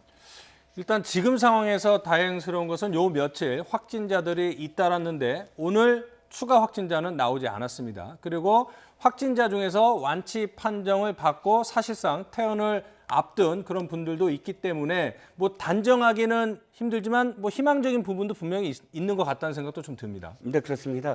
일단 중국에서도 사망자는 늘어나지만 중국 내에서도 완치 환자가 있다. 완치 환자가 한 200명 넘게 있다라고 발표를 했기 때문에 거기에 비추어 봐서 또 이번 환자는 지금 초기 단계에서 사실 상하이를 경유해서 우한에서 상하이를 경유해서 온 55세 남성인데 오자마자 발견이 됐고 바로 격리가 됐거든요. 중앙의료원에서 치료를 받았고 그렇기 때문에 이 증상이 완치된 환자도 있다라는 건 굉장히 희망적입니다. 그리고 일단 가장 큰 건 우리나라에서는 아직 사망자가 없다라는 것, 상황을 통제하고 있다는 것, 이 두 가지는 굉장히 중요한 일인데 문제는 말씀하셨듯이 지금 오늘까지는 없으나 어저께까지 상황에서 3차 감염자가 생겼다는 점, 그 점이 가장 큰 지금 문제이고 두 번째는 무증상자 감염. 이것이 우리나라에서는 처음 보건당국에서는 부인했으나 지금의 상황에서 무증상자 감염이 있을 수 있다라고 입장을 바꾸고 있거든요. 그렇기 때문에 3차 감염의 확산이 어디까지 있을까가 지금은 관건이 될 것 같습니다. 네. 자, 이럴 때일수록 말씀하신 것처럼 2차, 3차 감염 환자가 나오지 않도록 또 추가 확진자가 나오지 않도록 방역을 철저히 할 필요가 있는데요. 이와 관련해서 정부가 강력한 방역 대책을 추가로 내놨습니다. 기존의 대책과 어떤 점이 달라지는지 차정윤 앵커가 정리했습니다. 네, 정부가 앞으로 일주일에서 열흘가량이 신종 코로나 바이러스의 고비라고 전망하면서 새로운 지침을 내놨습니다. 우선 밀접 접촉자와 일상 접촉자를 구분하지 않고 모두 일괄 접촉자로 구분한 뒤에 모두 자가 격리 조치를 하도록 밝혔는데요. 이 자가 격리자에 대해서는 지자체 공무원을 1대1 담당자로 지정해서 지원할 방침입니다. 또 정부는 신종 코로나 바이러스 검사를 시행할 수 있는 조건도 대폭 완화했는데요. 기존에는 중국 입국자 가운데 폐렴 소견이 있는 유증상자로 분류해서 검사를 시행해왔지만 앞으로는 중국 입국자가 14일 안에 발열이나 기침 등 증상을 보인다면 모두 진단검사를 받을 수 있도록 했습니다. 네, 이런 가운데 일부 확진자의 동선이 파악되면서 이 어린이 아니면 어린이집 교사와 접촉한 그런 것들, 학부모와 접촉한 기록도 있기 때문에 일부 지역에서는 어린이집, 초등학교, 유치원, 개학을 연기하거나 휴원을 했습니다. 지금 전국적으로는 뭐 한 300~400곳 된다고 들었습니다. 그렇습니다. 그래서 지금 개학을 연기해서 발표한 적도 많고요. 교육부가 사실은 처음에는 조금 미온적이었다가 적극적으로 지금 나서서 자체적으로 물론 교육부가 일괄적으로 모든 학교를 그렇게 얘기하지는 않습니다. 다만 접촉자가 있거나 또는 의심 환자들이 다녀간 곳 같은 경우 이런 경우들은 자체적으로 교장 선생님이 결정해서 그렇게 결정하도록 하고 있는 상황이기 때문에 좀 300여 원 말씀하셨는데 이게 늘어날 가능성은 충분히 있다고 보여지고 대학 같은 경우는 지금 중국인 학생들이 많이 들어오고 있거든요. 또 연휴 끝나고 방학 끝나고 돌아오고 있어서 이제 입학식 졸업식 이거 이제 그냥 안 하는 경우도 많고요. 또 이제 대학 같은 경우에는 개강을 연장하는 부분도 대학 관계자들과 만나서 협의하겠다고 교육부가 오늘 밝혔어요. 그러면 이제 개강이 연기될 가능성은 충분히 있다. 이게 확산 속도가 아직까지 줄어들지 않고 계속 지금 확대되고 있는 상황이거든요. 이런 상황이라고 하면 이게 전체적으로 많은 사람이 모이거나 강의실 같은 경우 좁은 공간에 많은 학생들이 모이기 때문에 전파 가능성이 높아질 가능성이 있습니다. 그래서 아마 개강이나 아니면 학교의 개학을 연기하는 것은 더 늘어날 가능성은 충분히 있다고 보여집니다. 그런데 이제 조금 안타까운 현실은 특히 이제 맞벌이 부부들 어린이집이나 유치원에 맡긴 아이들 보낼 데가 없어서 그런 건 또 좀 고민이라고 들었습니다.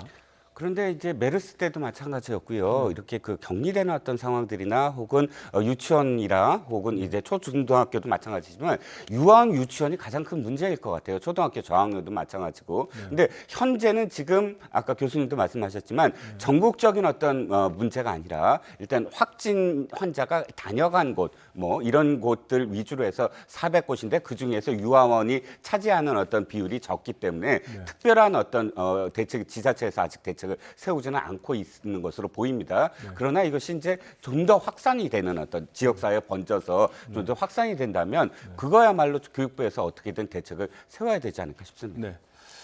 자, 그 신종 코로나 확산 방지를 위해서 이제 전문적인 업무를 수행할 역학 조사관이 있는데요. 이들 충원에 비상이 걸렸다는 소식입니다. 어떤 업무를 수행하고 있는지 전국적인 역학 조사관 현황 차정윤 앵커가 전해드립니다. 감염병이 발생했을 때 방역 최전선에서 환자의 동선을 확인하고 접촉자를 걸러내는 역할, 바로 역학조사관의 일인데요. 역학조사관은 환자를 만나고 휴대전화 GPS 추적과 신용카드 결제 정보 등을 통해서 환자의 동선을 파악해 접촉자들의 격리 여부를 결정을 하죠. 감염병 확산을 막는 핵심 역할을 맡아서 질병수사관으로도 불리지만 현장에서 투입되는 인원은 턱없이 모자란 상황입니다. 현재 전국의 질병관리본부 소속 중앙역학조사관은 77명입니다. 이 가운데 역학 업무 전문성을 인정받은 전문 임기제 인력은 32명에 불과한데요. 메르스 사태에서는 전국 역학조사관이 34명에 불과했던 것에 비하면 2배 가까이 늘어난 수준이지만 전문가들은 여전히 부족하다고 지적합니다. 메르스 당시와 비교할 수 없겠지만 그리고 정부가 좀 미진한 부분들도 있겠지만 지금 어느 정도 대처하고 있다고 보십니까? 달라진 거가 실행에 옮겨지지 않은 것들도 있습니다. 예를 들면 역학조사관을 충원하기로 하고 법도 바꾸고 인력 TO도 바꿨지만 실제로는 다 뽑지 못했습니다. 네. 지역 상황은 더 열악합니다. 지난 19대 국회는 이른바 메르스법을 통과시켜 중앙회 17개 시도에도 각 2명 이상 역학조사관을 두기로 했는데요. 하지만 현재 각 지자체에 역학조사관이 모두 53명이 있지만 인천과 대구, 울산 등 3곳은 1명만 두고 있었습니다. 정부도 역학조사관의 인력 부족을 인정하면서 우선 대학 등 민간 차원의 지원을 받는 방안을 검토하고 있다고 밝혔습니다.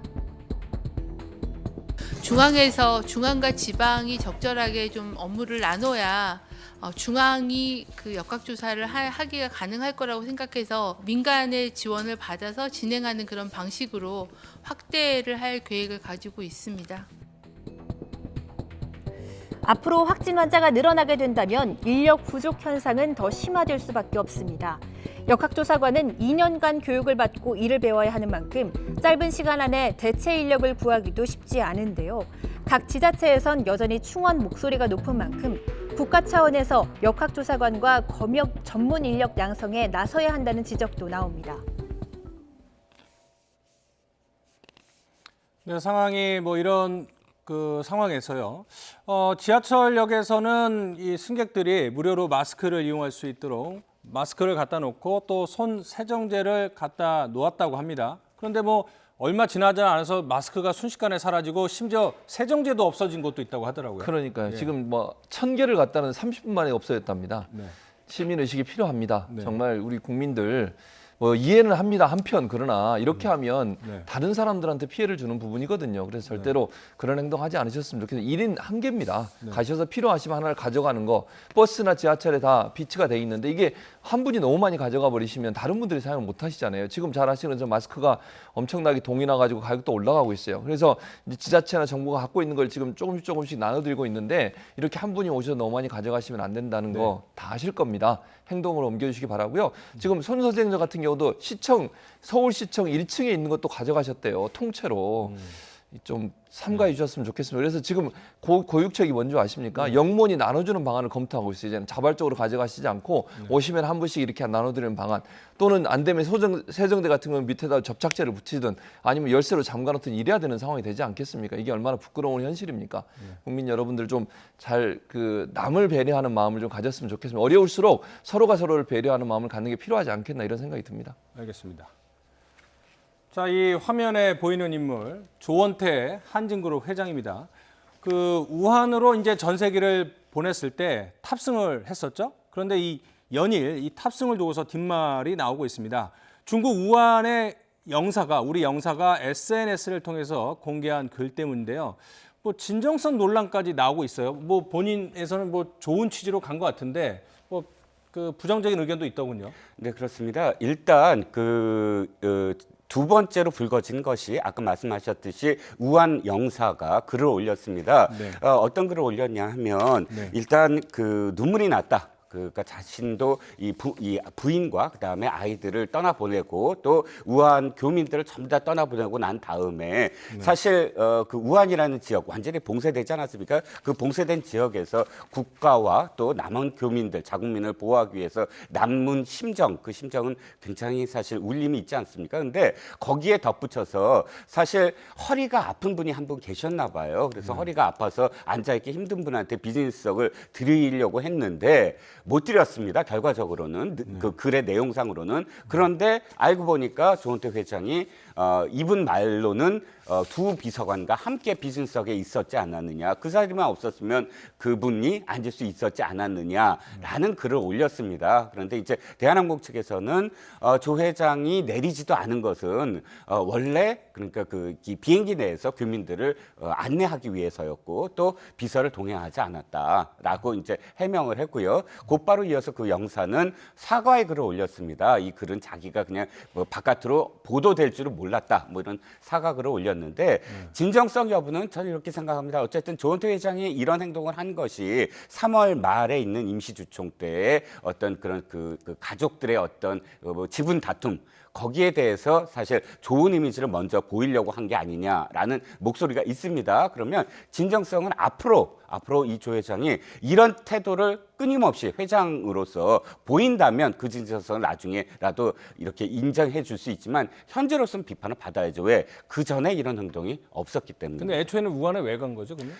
우한에 간 이유는 딱 한 가지죠. 그러니까 이런 상황 속에서 사실은 자기가 지휘하는 모습을 보이겠다. 그러니까 대한항공 내부에서도 그렇게 나쁜 목소리만 나오지는 않아요. 조 회장 일가가 솔선수범하는 태도를 보인 적이 한 번도 없었기 때문에 가식적으로라도 그런 모습은 앞으로도 계속 보여달라라는 게 내부의 목소리거든요. 뜻은 명분은 없진 않았습니다. 그런데 사실 들여다보면 비즈니스석 한 석이라도 환자들이 앉을 수 있는 또 누울 수 있는 그런 공간이라면 자기가 그 공간을 차라리 안 타서 양보하는 것이 좀 더 도움이 됐다라는 그런 비판은 받아들여야 되겠죠.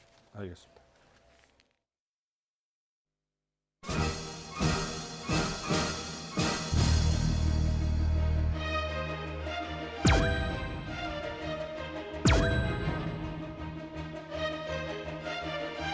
부동산 투기라거나 특혜 대출은 없었다라고 하는 점을 확인했고 그렇지만 최종 심사를 앞두고 신청자가 불출마 선언을 함에 따라서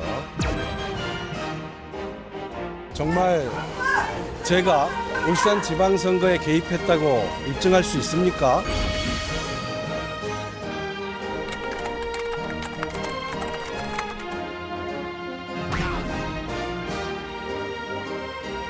대통령님께서도 종로 출마 관련된 구조들이 나오고 있어서요. 언제쯤 조금 결정을 하실 계획이신가요? 예, 말씀드릴게요.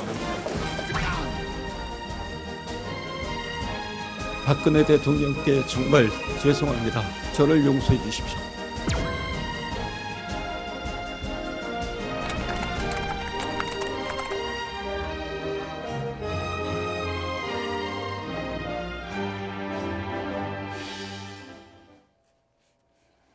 네, 먼저 김유건 전 청와대 대변인 상황부터 알아보죠. 결국 총선 불출마를 선언했습니다. 한때 이해찬 대표에게 당이 가혹하다 이렇게 공개 편지까지 썼는데 불출마 결정 어떤 이유로 했을까요? 일단 3번이나 보류가 됐습니다. 그리고 추가적으로 자료를 계속 요청을 했습니다. 그리고 마지막 이제 최종 회의를 앞두고서 1시간 전에 본인이 스스로 물러났습니다. 검증이 말씀하시는 그렇습니다. 거죠? 예. 검증이. 그래서 검증위에서 어느 정도 결론이 난 것을 알고 있지 않았을까라는 생각이 듭니다. 그러니까 본인이 저렇게 버틴다고 해서 검증위가 그걸 받아들일 가능성이 낮다는 것을 스스로 아신 것 같고, 그랬을 경우에 만약 본인이 계속 버티는 것이 총선 전체에 도움이 될까 하는 부분을 판단했을 거라고 저는 봅니다. 어쨌든 현 정부에서 대변인까지 했던 분 아닙니까? 그러면 현 정부의 성공이라든지 야당의 총선에서 승리를 위해서 도움을 줘야 될 텐데 본인이 저렇게 버티고 있는 것이 도리어 총선 전체에, 물론 그 검증위도 그런 얘기는 했어요. 투기 의혹은 없다. 그러나 그렇다 하더라도 이런 논란이 계속되는 상황에서 김의겸 전 대변인이 출마를 했을 경우에는 총선 전체판에서 민주당이 받을 후폭풍을 고민해봐야 된다는 것이죠. 이게 단순히 군산 한 곳의 문제만이 아니라 전체 총선판에 미칠 영향을 고려할 수밖에 없기 때문에 검증위가 그런 결론에 다다랐다고 아마도 전해 들었을 가능성이 있고, 그것 때문에 본인이 물러나는 것이 현 정부 그리고 여당의 성공을 위해서 도움을 준다라고 판단했을 가능성이 있다는 생각이 듭니다. 어쨌든 그 김의겸 전 대변인 같은 경우에 지역에서는 상당히 인지도가 높아서 뭐 인기를 끌었다고 하는데 당사자 입장에서는 조금 억울한 면이 있었을 수도 있고 좀 큰 결단을 내려야 되지 않았나 이런 상황이었을 텐데요. 자, 그런데 어쨌든 그 전북 군산 그 빈자리를 이 최동욱 전 검찰총장이 메울 수도 있다. 그러니까 전략 공천설이 나오던데요. 네, 최동욱 검찰총장의 최근 몇 년 동안의 행보를 보면 그럴 수도 있겠다 싶습니다. 어찌됐든 박근혜 정부 시절에 국정원 여론조사 조작 사건과 관련해서 이 정부의 아까 그 박근혜 정부에 의해서 어떻게 부당하게 물러나게 됐다라는 그런 사연이 일단 있고, 그 이후의 행보에서도 역대 검찰총장이 뭐 방송 프로그램에 자주 등장하고 그러지는 않았잖아요. 그런데 최동욱 검찰총장 같은 경우는 상당히 많은 친여 성향의 프로그램이라고 얘기되는 그런 프로그램에 직접 나와서 현재 어떤 뭐 상황들에 대해서도 패널처럼 설명도 하고 하는 모습을 지켜보면서 굉장히 정치적인 어떤 그런 그 능력도 있는 게 아니냐, 또 정치적인 행보를 하려고 하는 게 아니냐라는 목소리가 굉장히 높았습니다. 근데 본인은 지금 극구 고사를 하고 있어요. 왜냐하면 자신이 지금까지 검찰총장으로서의 어떤 입지, 그리고 또 그 이후의 행보가 정치 행보로 비춰지는 게 자신이 싫다라는 게 그 안에 어떤 내용이긴 한데, 그럼에도 불구하고 상당히 가능성은 높다. 왜냐하면 김의겸 대변인이 가려고 했던 군산, 그런데 그렇다면 또 다시 군산은 어떻게든, 왜 군산이라는 위치가 단순히 군산이 아니라 지금 호남을 어떻게 할 것인가, 또 호남 중에서도 전북을 어떻게 할 것인가라는 전략적인 어떤 그런 그 고민을 할 수밖에 없거든요. 그렇기 때문에 아마 최동욱 검찰총장의 이 등판설은 상당히 이 이유가 있는 어떤 등판설이 아닌가 싶습니다. 네. 자, 다음 인물 알아볼 텐데요. 이 송병기 전 울산시 부시장입니다. 현재 검찰 조사를 받고 있죠. 그런데 그 민주당 검증위원회에서 상당히 부정적인 의견을 얘기를 했더군요. 그렇습니다. 뭐라고 얘기했냐면 동기와 배경이 분명하지 않다고 그랬어요. 그 전까지, 그러니까 수사를 받기 전까지 본인이 뭐 총선에 출마한다거나 아니면 총선 출마를 준비한 그런 어떤 상황이 없었는데 갑자기 이제 이런 상황이 되다 보니 본인이 출마를 하겠다고 검증을 요청했단 말이죠. 그러면 검증에서 볼 때 동기와 배경이 뭘까? 그러면 이런 생각이 들지 않겠습니까? 그리고 송병기 부시장 같은 경우는 아시는 것처럼 이제 만약에 검증위를 통해서 공천을 받게 되면 후폭풍이 얼마나 크겠습니까? 지금 수사를 받고 있는 상황이고, 물론 뭐 본인은 죄가 없다고 주장하시니까 무죄 추정의 원칙에서 그건 뭐 인정받을 수 있다고 보지만, 그럼에도 불구하고 정치적으로 있을 수 있는 후폭풍은 충분히 저는 고려할 수밖에 없는 상황이다. 그러니까 검증 입장에서도 부담스러울 수밖에 없어요. 그리고 뭐 검증위가 얘기했던 것처럼 갑자기 이렇게 출마를 결심하게 된 이유가 명확하지 않으면 마치 그렇게 비춰질 수 있잖아요. 본인이 그랬다는 게 아니고 일반적으로 사람들이 볼 때는 혹시나 그러면 본인의 뭐 조사나 이런 조사에 대해서 일정 부분 좀 방어막을 치기 위해서 출마를 하는 게 아닌가, 이런 논란에 휩싸일 가능성이 있다는 것이죠. 그랬을 경우에 역시 총선 전체판에서 민주당이 부정적 영향을 미칠 가능성이 있어서 그 부분도 아마 검증에서 상당히 부정적으로 보고 있지 않을까 이렇게 생각이 됩니다. 정봉주 전 의원과 관련해서 민주당은 이런 얘기를 했군요. 당에서는 부동산 또는 미투와 관련해서는 절대 양보가 없다 이런 얘기를 해서 사실상 부적격 판정을 내렸다 이런 언론 보도가 계속 나오고 있습니다. 그럼에도 불구하고 어쨌든 정봉주 전 의원 오늘 SNS를 통해서 네. 당이 부적격 심사를 한 게 아니다. 실제로 당에 자기가 전화를 해봤더니 계속 해라. 계속 이제 유세를 하든 선거 운동을 해라라고 했다라면서 SNS에 계속 그걸 퍼나르고 있습니다. 그런데 당 상황은 절대 그런 게 아닌 것 같아요. 왜냐하면 지금 거론되고 있는 세 사람 전부 다 각각의 어떤 문제, 그러니까 불공정이라는 문제 또는 미투라는 문제 이런 문제들이 20대, 30대, 특히 10대, 20대, 30대 가장 큰 화두거든요. 그 화두의 상징들이었다라는 거예요. 예를 들어서 김의겸 대변인 같은 경우 부동산, 또 정봉주 전 의원 같은 경우 또 지금 이런 미투 이런 문제들, 그러니까 20대의 마음을 사야지만 된다. 앞으로 청년 세대의 마음을 되돌려야 된다. 이것이 급한 민주당으로서는 각각의 상징적인 어떤 인물들로 지목이 되고 있는 이 인물들로 계속 공천을 주었을 경우 총선 전체가 그 화두로 그냥 블랙홀로 빠져들 수 있다라는 우려가 계속 있거든요. 그렇기 때문에 정봉주 의원 끝까지 지금 아마 저항을 좀 하고 있는 것 같은데 그럼에도 불구하고 민주당의 생각은 지금 확고한 것 같습니다. 네.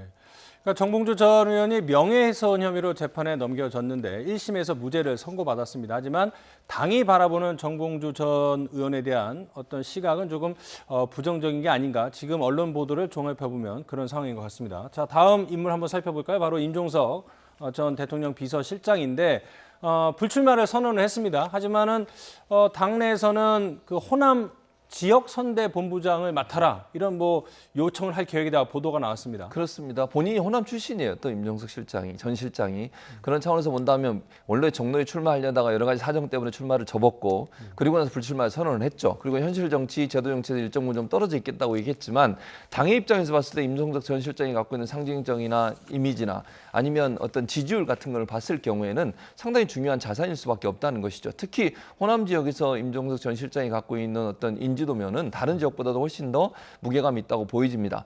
그래서 전체적으로 물론 지금 현재 호남 지역의 정서를 보면 민주당이 유리한 건 분명해요. 그럼에도 불구하고 지난번 이제 국민의당 같은 경우에도 돌풍을 일으키면서 민주당에 대한 실망감이 그쪽으로 옮겨간 부분이 있었거든요. 그래서 그런 우려들에 대한 걱정이 일정 부분 있는 부분도 있습니다. 그러다 보니 호남 지역의 교두부를 일단 마련해서 현재 지지율이 높은 부분들을 계속 유지할 필요가 있다는 거죠. 그런 차원에서 본다고 하면 임종석 전 실장이 호남 지역에 출마하면서 그쪽에서 주도권을 쥐고서 바람을 일으켜줘서 호남 지역을 다시 민주당의 품으로 돌아오게 만드는 그런 역할의 중심에 서게 원하는 것이죠. 특히 전북 지역이나 이런 지역에 지금 물론 무소속으로 이정현 의원이 순천 지역에 있고요. 정운천 의원 지금 새로운 보수당에 있는 그분이 지금 전북 지역에 있지 않습니까? 또 정동영 대표도 지금 거기 전북 지역에 있고요. 그런 부분들까지도 사실은 민주당에 다시 끌어오려면 결국 호남의 맹주라고 할 수 있는 임종석 전 실장이 일정 부분 역할을 할 필요가 있다. 이렇게 판단한 것 같고 그래서 아마 출마를 강하게 요청하고 있는 게 아닌가 이렇게 보여집니다. 네. 자, 이번에는 자유한국당 상황입니다. 김무성 전 대표인데요. 불출마를 선언했고요. 지역구는 부산이고 육선 의원입니다. 자, 불출마를 선언했는데 당내에서 갑자기 호남에 출마해라 이런 얘기가 나왔다고 하는데 그거 어떻게 보세요?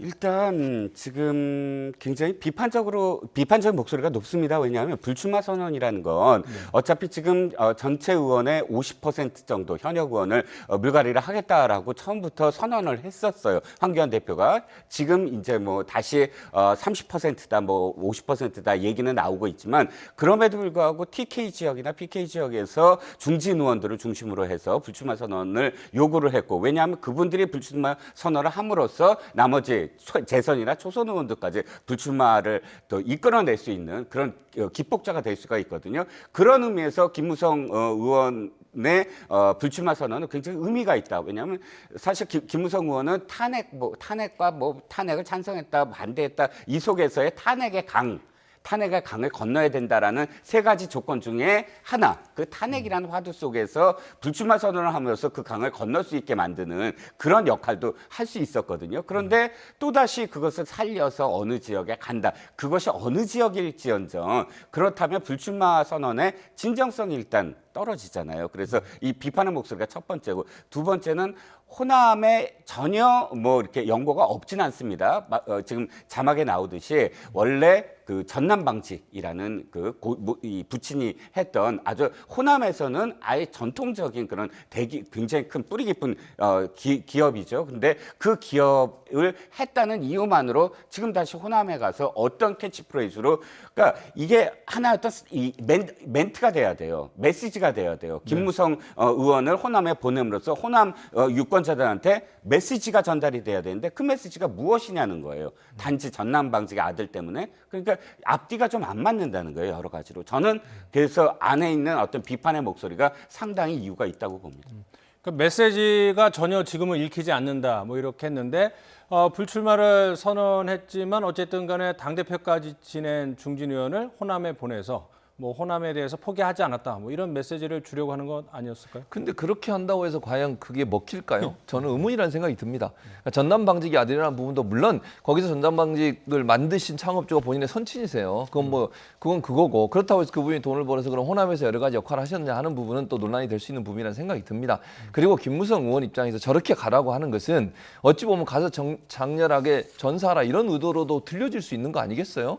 그러니까 본인이 호남 가서 물론 뭐 어느 정도의 유의미한 성과를 낼지 모르지만 당선 가능성은 지금 현재로서 낮습니다. 분위기로 보면. 그런 상황에서 중진 의원을 내보내가지고 그러면 장렬하게 거기서 그렇게 실패하는 모습을 보여주면서 호남에서 희생자 어떤 모습을 보여줘서 전체적으로 자유한국당의 이미지를 끌어올리겠다, 이런 전략을 쓴다고 하는 것은 김무성 의원한테 너무 가혹한 요구라고 저는 생각이 들어요. 그냥 불쏘시개 역할을 하게 만들겠다는 거 아니겠습니까? 그건 그렇게 하는 것은 선거의 승리를 위해서 한 정치인에 대해서 그렇게 요구하는 것 자체가 저는 좀 무리한 요구다, 이런 생각이 듭니다. 그런데 이제 불쑥 아이디어 차원에서 나온 것 같은데 본인이 만약에 부인을 하게 되면 모양새 자체도 조금 우습고 호남 민심을 조금 뭐라고 그럴까요? 얕봤다 이렇게 좀 볼 수도 있을 것 같아요. 그렇게 볼 수도 있죠. 호남 지역에 있는 분들 입장에서는 그럼 우리가 무슨 뭐 리트머스 종이냐. 뭐 이분이 나오면 어떻게 되는지 보고 또 이분에게 피해자 코스프레 하게 만들어서 뭔가 호남 민심의 변화를 주려고 하는 시도 자체 호남의 호남 주민들의 어떤 유권자 의식 이런 부분들을 좀 무시한다고 볼 수밖에 없는 거죠. 그래서 저런 실험 자체가 어찌 보면요 전체적으로 선거판은 절대 긍정적인 영향을 미치라고 보지 않습니다. 네. 자, 자유한국당에서 이제 공천관리위원회가 가동 중인데요. 김무성 전 대표의 호남 출마 가능성 검토도 공천관리위원회 내부 회의에서 나왔다고 하는데 또 다른 새로운 내용도 나왔습니다. 바로 황교안 대표의 종로 출마 문제인데 기자들이 황교안 대표만 만나면 종로 출마할 것인지 아니면 다른 험지라면 어디인지를 계속 물어보는데 황교안 대표는 말씀드릴 기회가 있으면 알려주겠다, 이렇게 답만하고 있는 상황에서 느닷없이 정치 신인을 출마시킬 방안도 검토하겠다, 이런 얘기가 이제 당내에서 또 나왔습니다. 네. 얘가 없었던 거는 아니에요. 지난번에 그렇습니까? 국회의원 선거 때 문재인 대통령이 당시에 이제 후보로 나갔을 때 손수조 후보가 그렇죠. 대항마로 해서 함께 이 선거를 치렀던 어떤 적도 있습니다. 그러니까 여러 가지 안 중에 하나일 것 같다라는 생각은 듭니다. 지금 현재 종로는 원래는 제가 알기에는 황교안 후보 대표만이 아니라 당내에 있는 대선 주자급으로 얘기되는 사람을 종로에 내세워야 된다라는 의견이 굉장히 많았던 것 같아요. 근데 지금에는 누굴 내보낸들 사실 비판을 받을 수밖에 없어요. 왜냐하면 이낙연 전 총리가 이미 프레임을 걸어놨거든요.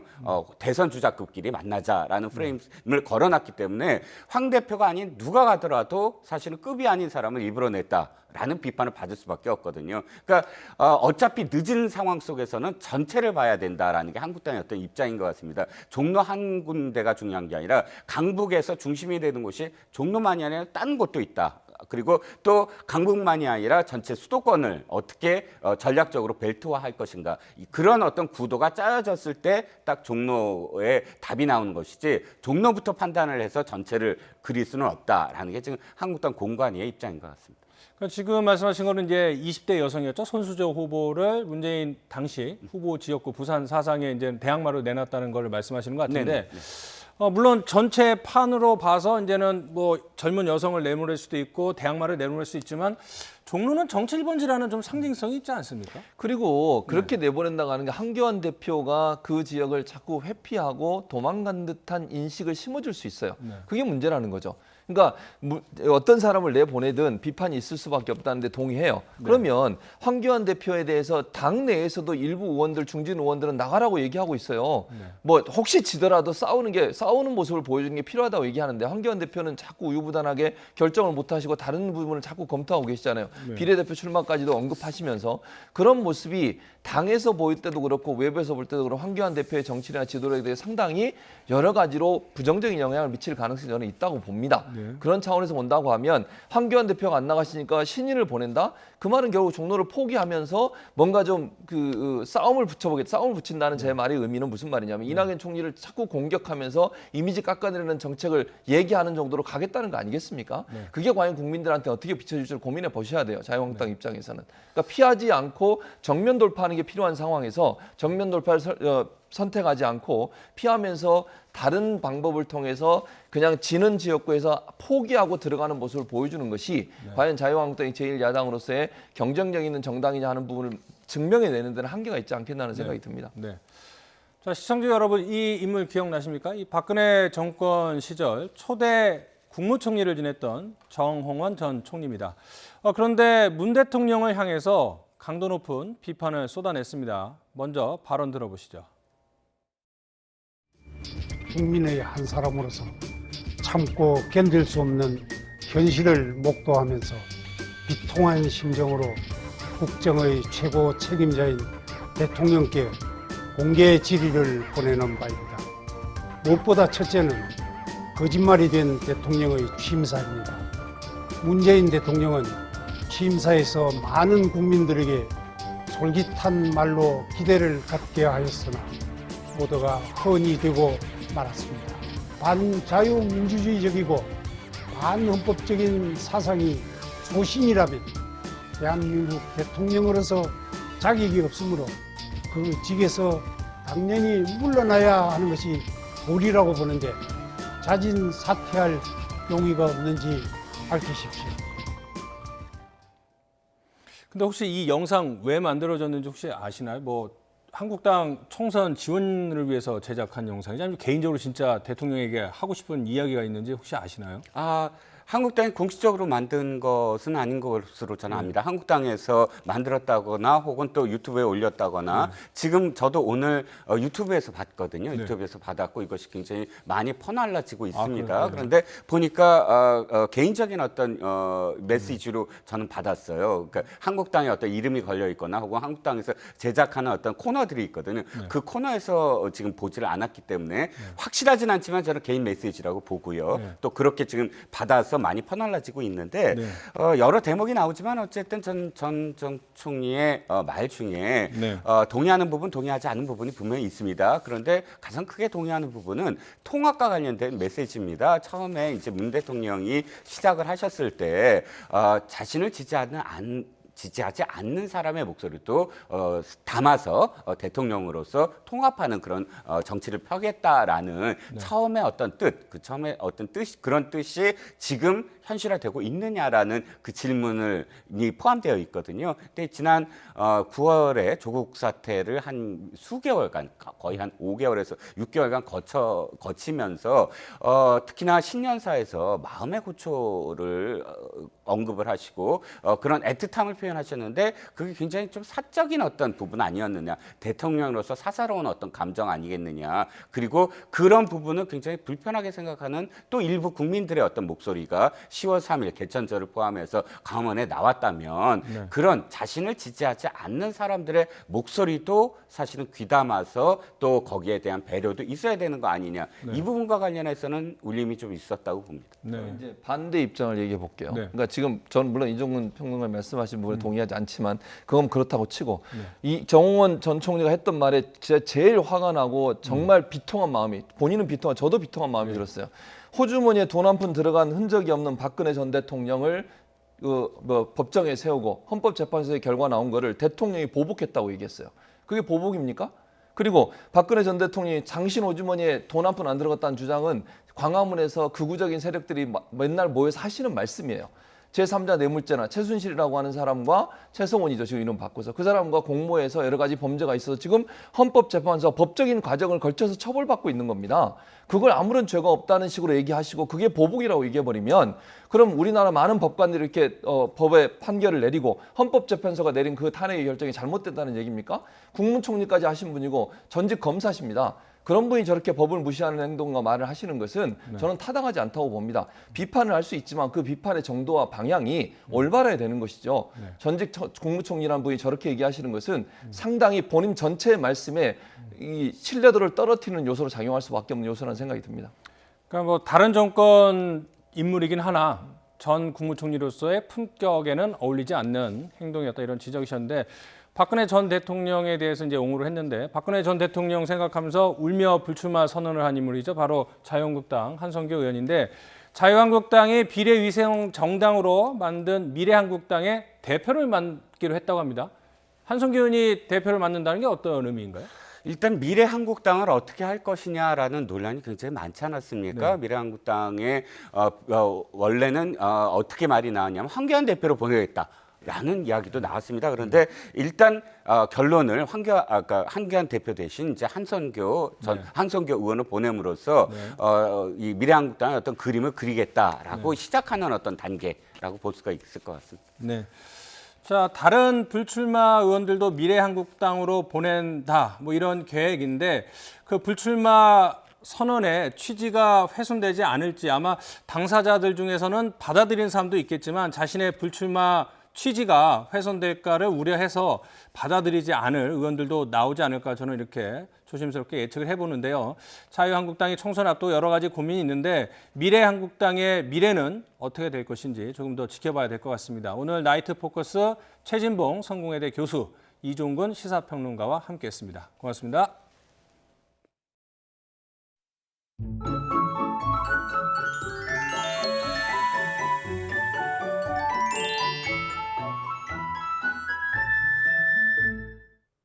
내일은 절기 입춘입니다. 봄이 시작된다는 절기이지만 오히려 기온은 더 떨어집니다. 강원과 경북 북동 산간에 한파주의보가 내려진 가운데 내일 서울 아침 기온이 영하 5도, 대관령 영하 13도, 대전 영하 5도, 광주 영하 4도, 부산 영하 1도까지 떨어지는 등 오늘보다 2도에서 7도가량 낮아 더 춥겠습니다. 반면 낮 동안에는 서울 기온이 4도, 대전 6도, 광주 9도, 부산 10도까지 오르는 등 오늘과 비슷하거나 조금 높아 일교차가 10도 안팎으로 크게 나겠습니다. 내일은 눈비 소식도 있습니다. 점차 구름량이 늘겠고 중서부 지방은 오후부터 밤 사이, 남부 곳곳에는 밤부터 모레 새벽 사이에 1에서 5cm의 눈이 쌓이겠습니다. 눈비가 그치고 난 뒤 기온이 급격히 떨어집니다. 모레 서울 아침 기온이 영하 11도까지 떨어지겠고 체감 온도는 영하 20도 가까이 곤두박질하겠습니다. 이후 주 후반까지 강추위가 이어질 것으로 보이는 만큼 계속해서 추위 대비 잘해주시기 바랍니다. 지금까지 날씨 정보였습니다. 월요일 뉴스나이트 마칩니다. 편안한 밤 되십시오.